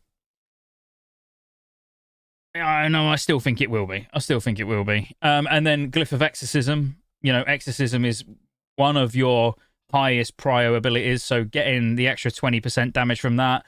You could go Judgment, for 10% more Judgment damage, but you're not really... You've not really got many options. 5% crit Crusader Strike, I wouldn't be running in the pre-patch at all. It would be Seal of Truth, Templar's Verdict, Exorcism, possibly Judgment. Major Glyphs, again, like reducing the mana cost of Crusader Strike, absolutely. Divine Plea, you could use Hammer of Wrath, reduce the mana cost of Hammer of Wrath. So when you've got the ability to just be able to use it during Sanctified Wrath. I don't know why. Has my camera just gone off? No, it's back on. Yeah, it was quick. So yeah, being able to use Hammer of Wrath during Avenging Wrath and it's free mana. Like, none of them are like massive. It's not quite as good as the prop major glyphs, where you can actually get proper damage from it. Because Consecrate is just so low on your price. Well, when I even say it's low on your prio, you should almost never use Consecration. I'm not saying never, but, when you need something to fill in because you've, for some reason, got nothing else to press, which rarely happens, on multi-target, then you would use Holy Wrath. You still wouldn't glyph it, but I only use... I do Consecrate occasionally as ret, but, I would never say that it's actually part of a rotation because it just makes it so hard to maintain, in terms of mana, sustain. If you're progressing, I'd almost forget about the fact that you've even got Consecrate the majority of the time. It does fuck all damage. You can't reduce the mana cost because you can't get that deep in prot. It's almost useless as a rep paladin. But if you've got loads of mana and there's loads of ads, obviously chuck it down, of course. But it's more situational than rotational, I would say. Happy with it? Stat prio. I know you've been saying a lot like mastery, reforge everything mastery. Is there any other hit cap or anything like that? Yeah, hit expertise. Me personally, I'll be going hit expertise, mastery, crit, haste in the pre-patch. I mean, it could potentially change to mastery, haste, crit which I would say at later gear levels it will be mastery haste crit. But like mastery, mastery is too good. Like there's no two ways about it. You know, it's literally increasing the damage of your biggest hard hitting ability. You know, and sometimes you'll do a fight and you look at the breakdown of how much damage you've done with each ability, and Templar's Verdict will be like 50-60% of your damage. Yeah, it can be that big. Because you got to remember, every time you use it, or anytime you use all your other abilities, you got a chance at using it with 3 Holy Power for free from Divine Purpose. So if you're lucky and you're getting to use it a lot more than, you know, the other Ret Paladin in the group, like it can be night and day. But that's what I mean. There's quite a lot of RNG, in my opinion, around Ret. Like the difference between me getting back-to-back Divine Purpose procs and then a better geared Ret Paladin being in the group and being quite unlucky. It's you've got to enjoy the fact that the consistency is just not there. So I forgot to specifically ask about weapon enchants for Prot Pally, because I just forgot that weapon enchants do kind of have a different flavor to them. But is there any weapon enchant changes for like Ret or Prot? For pre-patch, it should be basically the same. Berserking if you want to go full damage, accuracy if you want to go for like the middle ground that doesn't actually make you take more damage, and then Mongoose if you want to go further down, the lowest damage. But actually Mongoose is going to be a lot worse now that I think about it, because agility no longer gives armor and dodge to plate tanks. So I guess the big change would be like you basically never want to do Mongoose now. That'd be kind of the main thing. And then it looks like for Ret, it's either Berserking or Massacre. So what would you go with, Scotty? So pre-patch specifically? Yeah. Probably Berserking still. I mean, Berserking don't change, does it? It's still 400 AP. Yeah, as far as I know, it's same thing. Yeah, I'd stick with Berserking. And then obviously in Cata, you're going to use Landslide. Yep. I was just pulling up the main Tankaden thing for that now. Landslide wins by a landslide. And it looks great as well, by the way. Like Landslide just looks amazing. Oh, does it? Is that the like earthy looking one? Yeah, and you've just got like rocks falling out of your weapon. Yeah. Okay, yeah, that one looks really good.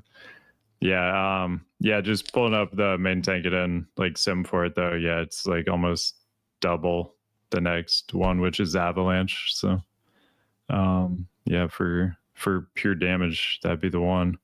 I don't actually know if there's any other option. There's like the Windwalker one, right? That'd be like the defensive option. I think it's called Windwalker. Gives you like some dodge and some move speed, but yeah, one of those two. Yeah, and I think like Ret Paladin, I've got to be honest, you know, having played on the beta a lot as both mage and less as Paladin, I'll be completely honest with you, less as Paladin because I got my mage to 85 first, so obviously done all the heroics and like I'm literally raid ready. You know, my mage is like, other than the fact that engineering's bugged, so I can't get that any further. My tailoring's done. I've got my cloak proc and all of that. The Paladin is so much fun. Like literally, I can't even express how much fun it is to level as Ret. And I'm just logging on the beta now because this will be a nice, easy way to explain when we're talking about how a Paladin actually plays. Because it don't really change, you know. So this Paladin at the moment is only level 82, and it doesn't depending like on your abilities. Once you've got Inquisition, like the only other thing that you're going to get that's really relevant is your Guardian, which that's going to change a little bit. But as soon as you get to 81 as Ret, like you're just going to absolutely just love it. And if I just like, I'll just pull something like your number one. I appreciate if you're only listening, it's going to be difficult. But your number one thing is keeping Inquisition up. So Inquisition is what gives you your 30% holy damage. Like that needs to be on almost 100% of the time. And again, there's the odd occasion where if it drops off, then it might be worth doing something different. But like as a general rule, if don't matter whether you're single targeting, AoE in, like you want it on, you're going to be Crusader striking on single target, which obviously generates a holy power, and then maintaining Inquisition from using that. When you get divine, everything's dying too fast. This is why it's so much fun. I'd need to stand in front of the dummy really, rather than mobs, because like you see, I'm not even trying to do anything, and things just fall over. Like that's a divine purpose proc that you can see there. So I'll just let that be auto attack down. You can see. So I've got 2 seconds. I can do a 3-point word of glory that you saw me just heal with there. So you know when you get that divine purpose proc, you can use any of your finishing abilities. Which your finishing abilities are going to be Inquisition, what you want to maintain, Word of Glory if you need to heal yourself or someone else, which you're not going to do that very often, or Templar's Verdict, that absolutely slaps. But the rotation itself, like if you're just talking about like just single target, because someone did comment on the video yesterday saying, what are you smoking, bro? Ret Paladin's really easy to play. And I guarantee you, whoever he is, if you're watching now, you're probably going to pass like 30. Like you're not going to be a pumper. Like if you think Ret Paladin is easy to play, then either you are some sort of god gamer or you know something I don't, because you are spinning so many plates, and you do get punished to a certain extent for there not being the perfect amount of mobs. If there's less than 4, more than 2, so I could just say 3. If there's 3, like that feels pretty rough. I would never say a paladin. I wouldn't say it's like ridiculously difficult to play once you get into the flow of it. But when you start getting procs just thrown at you, this is ridiculous. I can't actually even demonstrate particularly well because everything is just dying in like 2 seconds. But you understand now why it's so much fun, because like you feel like God mode. It is like genuine. Oh, right. So now you can see a Templar's Verdict. I mean, that Templar's Verdict just completely just deleted it. So when we look at the like damage breakdown, just from pressing one Templar's Verdict, it was like nearly 30% of the damage. But when you start getting back-to-back procs, where it's like you've got Inquisition up and you keep getting Divine Purpose procs, so you're just going Templar's Verdict, Templar's Verdict, Templar's Verdict, and you time your cooldowns properly, because like I'd say that's the most difficult thing. It is the opener.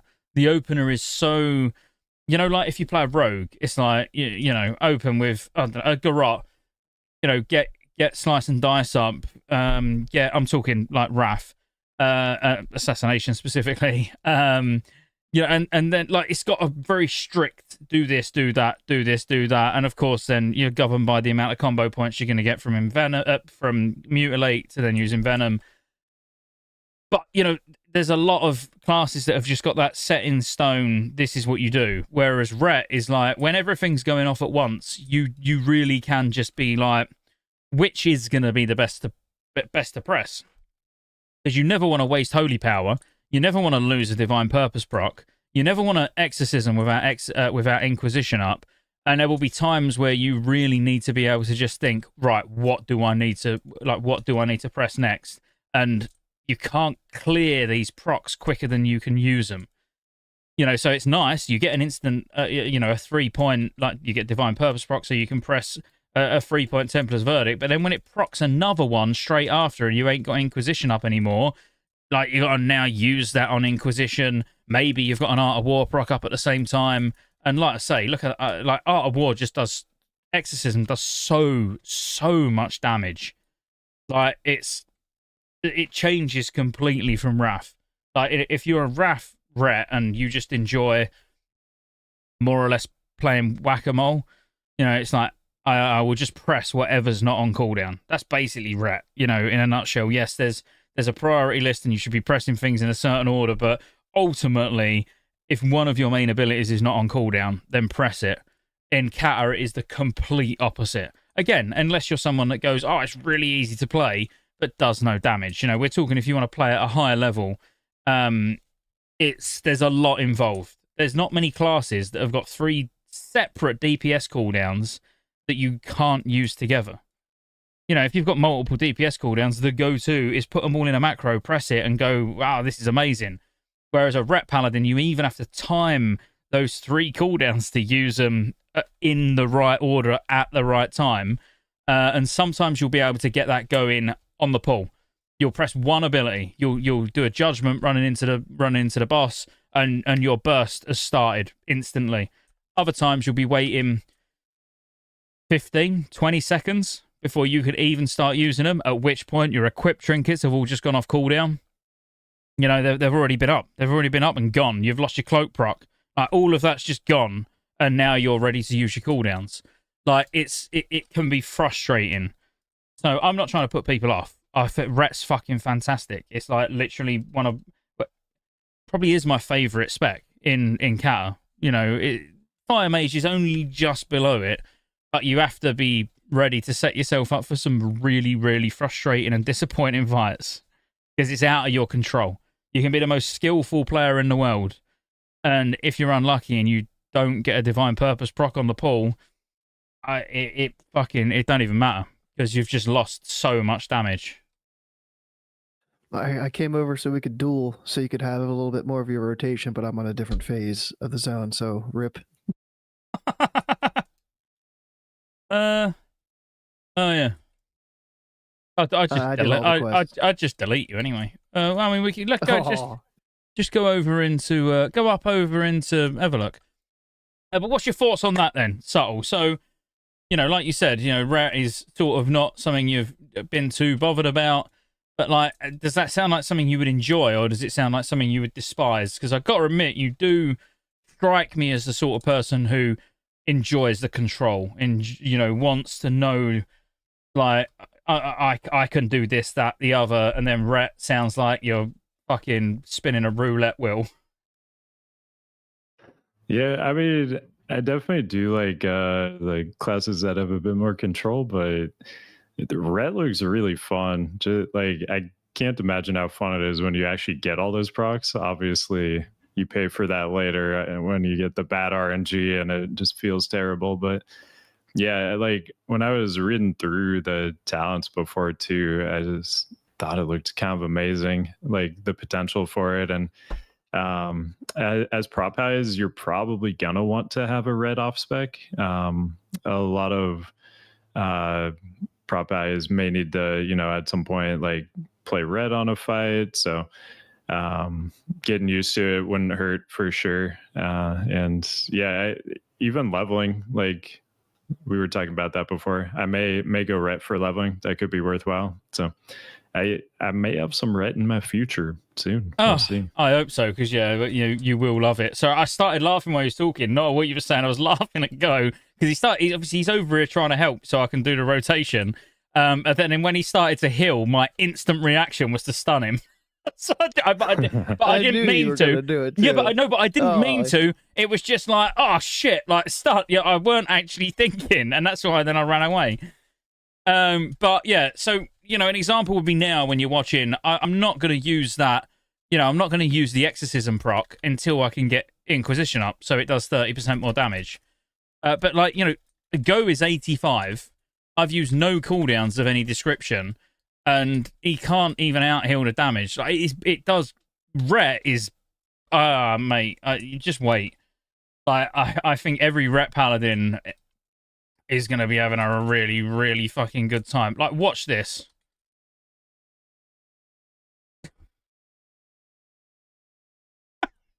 It's just deleting a level 85 at level 82, and you did that all lined up. You know, so it was like getting. I got Divine Purpose, so I Templar's Verdict. Then I got an Exorcism proc, so I exorcismed. That then caused another Divine Purpose, so I Templar's Verdict. So like literally that whole little burst window that happened there was just me more or less just destroying Go in 3 buttons. But that was procs. You know, it was because they was all up.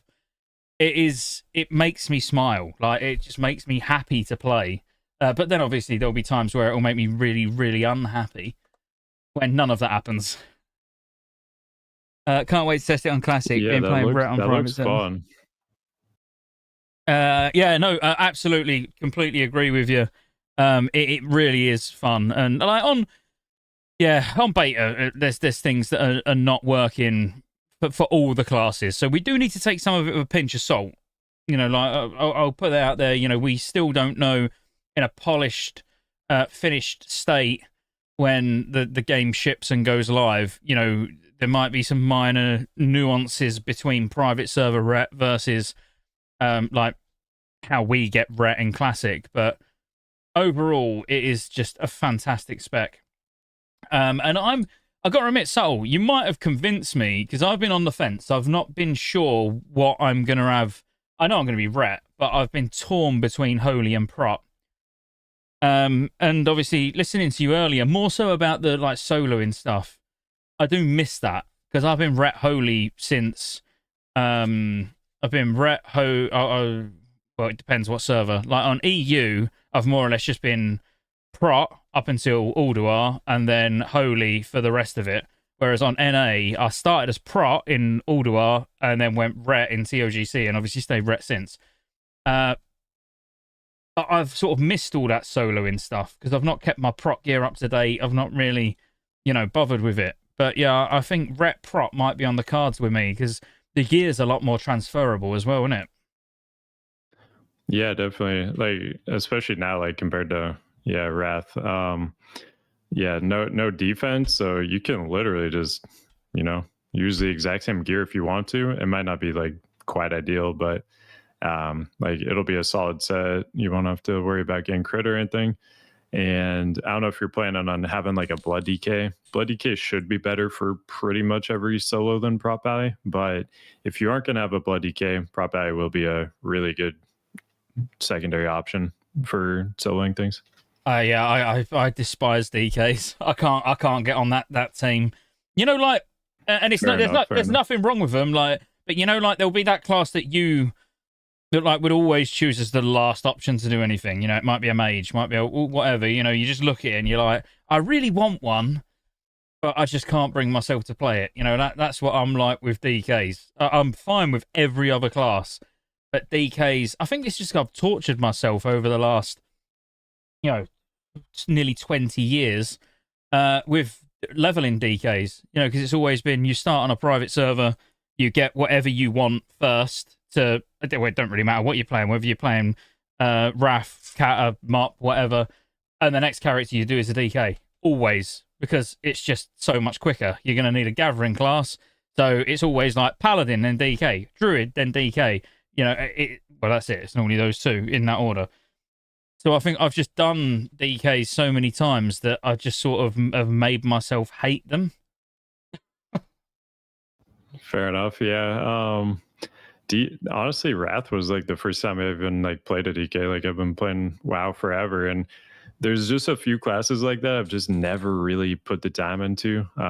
Like Druid, Warlock, Hunter, DK, but now starting to get into the DK. So, but like on Cata, it's so fun. Like Blood DK, they're so good. Like I'm excited for the solos we're gonna be able to do. That's maybe the thing I'm most excited for. Well, I can't believe no one on Kick has like outright just called me a massive hypocrite, and like they just completely let it slide. So they're clearly being nice to me tonight, because I'm leveling a Blood DK on Wrath at the moment. But I'm doing it again. I'm doing it because it's another easy alchemist without having to pay for a boost. I've done it. It was like start 55. I've been duo leveling with my brother actually, and we've been just 2-man in Blood Furnace. But like it's not that I refuse to play them, but I just don't. I don't think I could play one as like a main character. You know what I mean? Yeah. Have you played a Blood DK and Cata at all? Have you like tried it out? No. Well, yeah. I mean, I've tried it out. Yeah, as in I've tanked like 5-man heroics and stuff, but I've never ever raided in Cata as a Blood DK. Okay. You weren't really feeling it though, just based on the heroics. No, not really. I mean, I think I tanked. Fair enough. On White Mane, I tanked Baradin Hold, and I actually, really thinking about it, I'm pretty sure I'd done 3 or 4 bosses in Blackwing Descent 10-man as well. Before I was like, it's not for me. I mean, it felt powerful, as in, I'm not saying like, oh, I couldn't play it, like it was wiping, like it was all right. I don't know. It's one of those things. I'm the same with pet classes. I'm weird, mate. Like, I am weird. I like what I like. I don't like warlocks and I don't like hunters because I just don't like having a pet. Once we can get lone wolf, like Same. I'd play a hunter.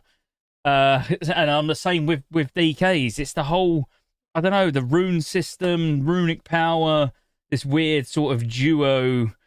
Fucking hell. Well, actually, no. I was going to say, says the Ret Paladin who likes holy power. It's similar, but not quite the same. I've just never been able to really get into a DK. Well, not as a tank. I played an entire Wrath season as a Frost DK.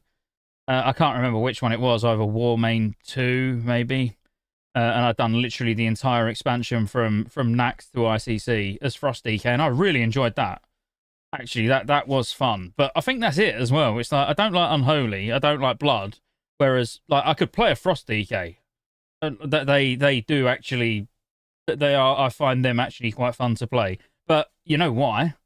Frost DK's got Rhyme procs, it's got, it's got those things going on where it's like, oh shit, that's procced. I can now, Howling Blast. That's procced. I can now Frost Strike. I like those really almost like feel fast paced, and proc sort of driven specs. So I think that's what it is. Yeah, that's fair. Makes sense.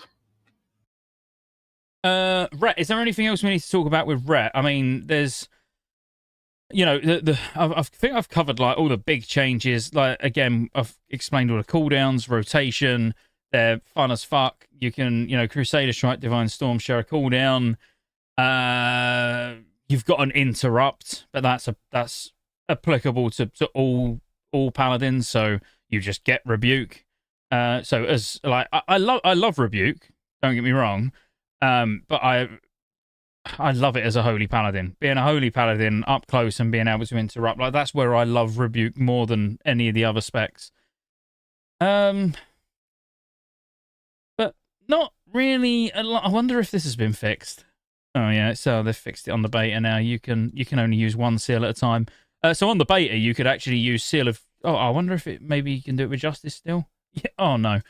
You could actually use seal of truth and seal of justice at the same time, but they've fixed that. Because I was hoping that went live. Yeah, that would be kind of insane. Definitely would be fun to play with.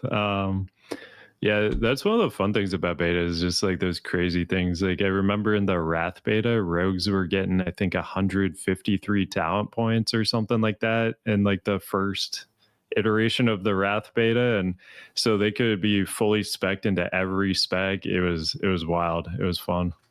Well, druids, I don't know if that's been fixed. Does it yet go where you can fly in instances? Has that gone now? I can fly somewhere really quick, but as far as I know, you can still just fly around wherever the hell you want to. It's amazing. Inside caves and stuff too. It's just like you just never get dismounted out of flight form. I never reported that as a bug, by the way. Well, I didn't because shame on me, but no, I didn't. Obviously, my druid is max turbine, max mining, and I actually went into instances to start looking for like current level herbs and mines, and yeah, I was flying around. I didn't report it. It didn't seem like something that was report worthy. It don't seem broken enough to actually waste Blizzard's time. We've put a bug in. Dismounted. Inside of a cave, I got dismounted, so maybe it did. I'll have to find a dungeon here really quick. Are you going to main pally? Yeah, we've got the thing is with how the raids work, like subtle. You going double DK, aren't you, as your main, like sort of two mains? Yeah. I'm gonna be doing a 25-man DK and a 10-man blood DK. Those are gonna be the mains, and then I'll play a couple of prop pallies outside of that too. Yeah, so mine's going to be Ret Paladin main, like the off spec of it still in the air. I do actually think I'm going to end up prot off spec, but I love holy, which is that's what's unfortunate. But I do feel like prot's just going to be more useful. But who knows? Like if it turns out actually me being holy off spec is going to be more useful for the guild, then I'll be holy. I don't care as long as I'm playing a paladin. And then my second main is going to be Fire Mage, and more or less exclusively. I'll be Fire Arcane, but I'm rarely going to go Arcane, even in the first tier. But then I'm also going to have a Disc Priest, well, Disc/Shadow Priest, and I'm really torn on my Druid at the moment because it feels weird not saying I'm going to be a Feral Druid after 20 years, but I'm really on the fence. I might actually go Boomy Resto instead of Feral Resto.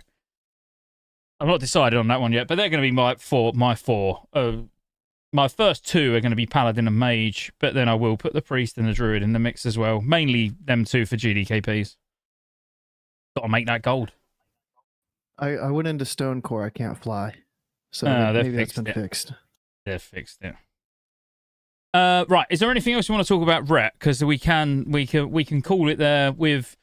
Like at some point we can have a talk about Holy, but what I think we should actually do is like when we get to Priest, we should do Shadow specifically. Might be short, same with when we get to Shaman, we'll do Enhancement and Elemental, and then actually do a healing podcast where we talk about all the healing specs together, because quite honestly, we're going to end up repeating ourselves so much with how a Holy Paladin, like how our Holy Paladins change versus how a Resto Shaman's change versus Druid, blah, blah, blah. Like, they've all gone through the similar transformation, in terms of the small, efficient heals, the big, less efficient heals, all having decent raid cooldowns, different, So I think, like, maybe we have quite a big episode where we get, like one of each class on as guests, and we sit and just talk about all the healers. Just the tier sets like we did for Prot for Ret really quick, the 11, 12, 13. Yeah, I'm gonna have to now log off the beta and go on my other alternative server. But yeah, we can look at that. Have either of you got any thoughts like on Ret so far? I think Subtle sold. I think he's gonna be getting involved in some Ret action. But like, did any of that excite you? As a Boomy, I'd love to see you playing something that's not a balanced Druid when Cata's live as an ult. I like my brain would explode if I saw you join a raid group and you weren't on a Druid. Nah, my plan is Mage. Ret Pally doesn't sound like a fun class for me. Like, melee has just never enticed me. So, as long as I've been playing Druid the last 5 years or whatever, I've barely done feral stuff, and if I did, I tanked. I never really did like feral DPS at all. I only tanked like dungeons leveling up either. So Mage, you might see me in a raid in the near future. So that's my plan for my main ult. I'll have my Druid and then maybe one Druid ult to farm, but I could probably just do that at level 80 anyways and just fly around mine and herb at level 80. And not even have to level that up. But yeah, part of my prep for Cata is leveling up a Mage. I'm going to be going head-to-head with you on my Mage. That's going to be fun. We're going to be battling for top on the meters, mate. Let's do it. It's going to be battle of the wheelchair pissheads. This is going to be a great stream. Whoever's lower on the boss fight has to take a shot, and then we just see who's the most fucked up at the end of the raid. Right, okay, so we'll finish with the Ret tier sets, which we did sort of touch on very briefly. But 2 set for Ret is very good. Again, I know I sound like a broken record. As in I keep talking about how powerful Templar's Verdict is, but it really just does do a lot of damage. So your 2 set giving you an extra 10% damage with Templar's Verdict is obviously, very nice. Your Inquisition ability duration is calculated as if you had 1 additional holy power. Again, that's nice. The less you need to worry about actually pressing Inquisition, it's nice. I'll be honest with you, I've never been a fan of the 4 set. I know on paper or on Sims, however you want to word it, like, it is obviously very nice because you're essentially, when you use Inquisition, it's like you've used a 4-point Inquisition instead of 3. But it's still quite boring because Inquisition you're always going to keep up. It don't like change anything, if you know what I mean. like as in you're always going to keep it up. Now you're just going to have to press it slightly less frequently, but then that's time to press, something else a couple of times. But again, I'm sure everyone gets me by now that, I like those fun feeling talents where it actually changes something or adds a proc or, and the first tier set is pretty shite, but the third tier set is really good. Second, again, like Crusader Strike deals 15% additional damage as fire. Pretty much every single set you look at, the 2 set gives you one of your main abilities, a fire dot, if you like. So yeah, Druid is Shred, I believe. Maybe even Mangle's on there as well. But yeah, like you think about your main ability, it's probably going to do some fire damage. And then the 4 set is increases the duration of Zealotry ability by 15 seconds. Now that is fucking massive. Like monstrously big. When you look at Zealotry and it gives you, I've not even got fucking spec in, it's 20 seconds. That goes up to 35 seconds, where you're now in that extra 15-second window. You're getting more Templar's Verdicts. You've not got to worry about Inquisition. You've not yeah. The 4 set is absolutely banging, and because I already know what Go's going to ask, I wouldn't wait to go from 4 set to 4 set. So I would break my 4 set with tier 11. So I would go 2 set tier 11 and 2 set tier 12. And then once I've got the other 2 pieces, if by the time we actually start worrying about exactly what our gear is going to look like slot by then, if I could hold on to the 2 set and then get the third off piece set, does that make sense? So say I'm using tier 11 head and shoulders and I'm using tier 12 gloves and legs, I would try and get the third bit of tier 11 being the offset piece, and then I know straight away I'm going to go from 2 set to 4 set. That would be my plan anyway, because that Zealotry buff is that's like, it's big. That your burst window just became a lot bigger. Especially when then you also think that, like what Subtle said earlier on, with Guardian of Ancient Kings. Oh, I've not actually activated a spec. Hang on, let me just put 1 point in just so that changes. Guardian of Ancient Kings lasts 30 seconds as Ret. Your Zealotry is now lasting, it's going to last as long, pretty much, but it's going to last longer than your Guardian. But because you always Zealotry before you Guardian, you're going to be able to Zealotry and then Guardian and get the full benefit of Zealotry, Guardian, and Avenging Wrath up all at the same time. So, yeah, it synergizes really well, like with the rest of your cooldowns as well. Because otherwise, your Zealotry is going to be down, but your Guardian's still going to be up. At least now you've got everything together. And then, tier 13 just literally changes the way Ret Paladin plays. Bit like ICC, changes the way it plays. If I can find it, why can I not see it? Because it basically gives judgment ability. Yeah, judgment gives holy power. Yeah. But that obviously, makes it so the 2 set, your judgment ability now also generates 1 holy power. And while Zealotry is active, your abilities deal 18% more damage. So you've now got like the mirror image mage 4 set, where they've got mirror image up and they're doing 18% more damage. Like you've got that, but when Zealotry's up, but judgment dealing, giving holy power changes everything, because you've now literally got, an 8-second cooldown and a 4.5-second cooldown, like excluding haste for Crusader Strike, where you're just generating so much more holy power and being like so less reliant on procs. Like, you feel quite reliant all the way up until that point, but then that just changes drastically. Why do you Zealotry before Guardian? Because it lasts longer with the 2 set tier 12. So you get everything rolling, and then Guardian stacking up the strength buff, and then you'll Avenging Wrath. I mean, you could do it the other way around. Can I think of any downside of doing it the other way around? Well, yeah, other than then your Guardian's going to go down before your Zealotry goes down.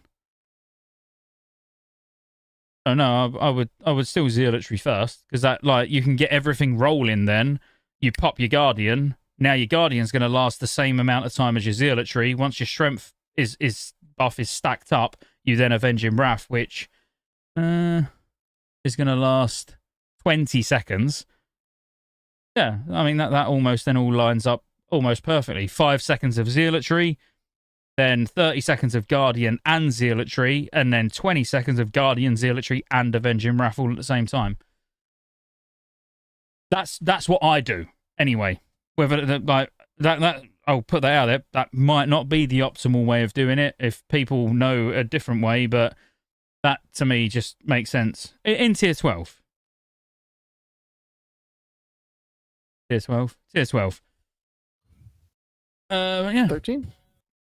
No, 12, not 13. No, then 13. As I say, 13 is when it changes. I'm talking about where you've got the extra time on Zealotry. Okay. Yeah, tier 13, then that's when you're judging and Crusader striking and getting just far more holy power. When you pop Bark Guardian, get the stacks and snapshot the strength buff. What do you mean snapshot the strength buff? Because you're going to be...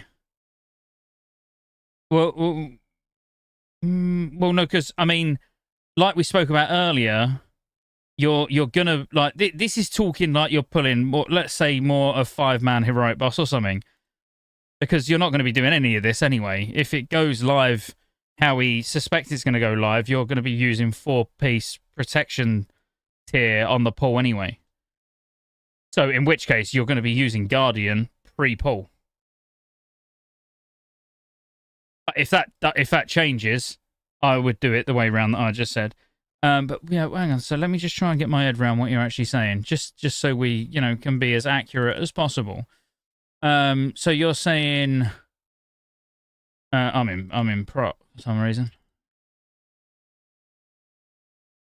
Just learn something. I don't really care what. So while active, you and your Guardian's pet cause you to be infused with ancient holy power, increasing your strength by 1% per application.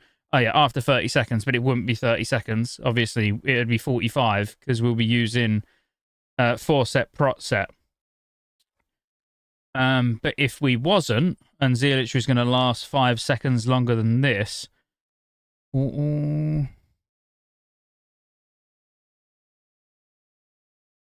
Yeah, I could. Yeah, possibly. I don't know. I don't think this is how we're going to play anyway. I need to play. You could be absolutely right. Like, I don't know. You could be absolutely right. That could be something that I play around with. But it is going to be completely irrelevant if we are actually pre-popping Guardian anyway, which I do kind of see that being the thing. But yeah, stacking the strength buff and snapshotting it. See, I don't know. Yeah, honest answer, I don't know. And I don't think we will know until we know exactly how everything's working. It could be a completely pointless experiment if we're still using 4-piece prot and pre-popping Guardian. Or it could be very worthwhile in tier 11, not in 12. I do see the cooldowns for Ret changing throughout the expansion, if I'm honest. So watch this space. That's all I can say. We're all going to be doing it right eventually, but while things don't work properly on the beta, we kind of think we know how things work from private servers, but we think we know. Like I say, in Classic it could end up being different, like it has been for many things before. So I mean, I'm done. Sounds good to me. I think we covered it all. We got the glyphs, we got the specs, we got enchants, we got tier, we got rotation. Yeah. Cool. Do you want to see us off then? As I say, we'll do Holy Paladin with all the other healers. Yeah. Maybe you haven't thought of this yet, but I'll give you a chance to think of it as we send out a subtle. But next Saturday, any class you're thinking of to talk about next Saturday? But yeah, Subtle, we've got your link to your YouTube down in the description. Subtle also streams on Twitch constantly, doing all the tank stuff that you can imagine. Cata, Wrath, no sod. Never mind, I take it back. No sod tanking. But maybe if you ask him nicely, he'll log on sod. Probably not. No, Subtle, thanks for coming back for the second time and hanging out with Scotty, giving us all of your prop paladin knowledge. Yeah, it's been fun. Thanks for having me back. Best of luck to both of you and Cata. Don't say that because you're coming back for DK and you don't even know yet. Oh, yeah, okay. I mean, I was just sure if you guys had already done that one. No, we've not done DK, and that one's still to come. Okay, absolutely want you to come back for DK if you'll come back and talk to us more on DK. That would be cool. Yeah, we're on Man Creek NA, so Horde side Man Creek. On Man Creek, okay. Yeah, okay. A lot of servers just characters opened up there yet, but yeah, with the free transfers and stuff, maybe I get something over there. We get something going. Yeah, man, absolutely. No, yeah, that would be a lot of fun. And yeah, Scotty, yeah, thanks so much for having me on. It's been a blast. Cool. Next weekend, Scotty, any certain class? Warlock we haven't covered, Hunter, Rogue, Warrior, Priest, Shaman. We got a lot to cover, so. I don't know, you pick. What do you want to do? I don't care. Well, I pick. Well, I mean, the second most interesting class I'm in is Mage, so I'd be down to talk some Mage. All right, we'll do Mage. And I've just tested it with the whole, I mean, I should have left it on the screen and you could have seen the whole snapshotting. I mean, when the Guardian dies, the buff goes. So maybe that answered that, Mladen. Like literally the second the Guardian explodes after 30 seconds, the buff goes as well. So I liked that thinking, but I couldn't remember whether that was the case or not. And then you have me doubting why I've been doing what I'm doing. And yeah, then I've seen it go and I'm like, thank God for that. That's, yeah. Because otherwise, yeah, you could snapshot the buff, but the buff goes with the Guardian. So, well, it does on these servers. You know, we'll see what it does on Classic. Sorry, I just wanted to test that for him before we went anywhere. But cool. No, honestly, Subtle. It's been fucking so fun talking to you. Like, I'm looking forward to DK. So I'll make sure we'll do Mage next week, and then if you can try and clear some time in your schedule the following Saturday, and we'll do DK. And then that might be quite close. That'd be right before the pre-patch. That'd be right before pre-patch. Yeah, right around there. Yeah, well, so we'll leave DK till then, but we do need to try and weave some other classes in between now and then go, even if the Sod podcast has to take a fucking hit. No. No, we're still doing Sod, are we? My Wednesday Sod episodes. Right, no, we're still doing Sod. It's got to be like a Monday, Friday, Thursday, something, Cata spec day. All right, well, we'll sort it out. But anyway, guys, it's been an absolute pleasure. Again, go follow Subtle on YouTube, Twitch, all those places, and we'll see you soon. Could be tomorrow. No, I'm not doing it tomorrow. But yeah, ciao. I'll just give it a minute. I'll just keep rambling just for a second before I press end, just so they at least get to see us say bye. I reckon that's probably long enough. Just for a second. I mean, you've been rambling for a lot longer than just a second this whole night, so I don't think now is the time to stop rambling. The thing is, I want to end it now by saying "fuck you, go," but now I need to time the ending it to perfect.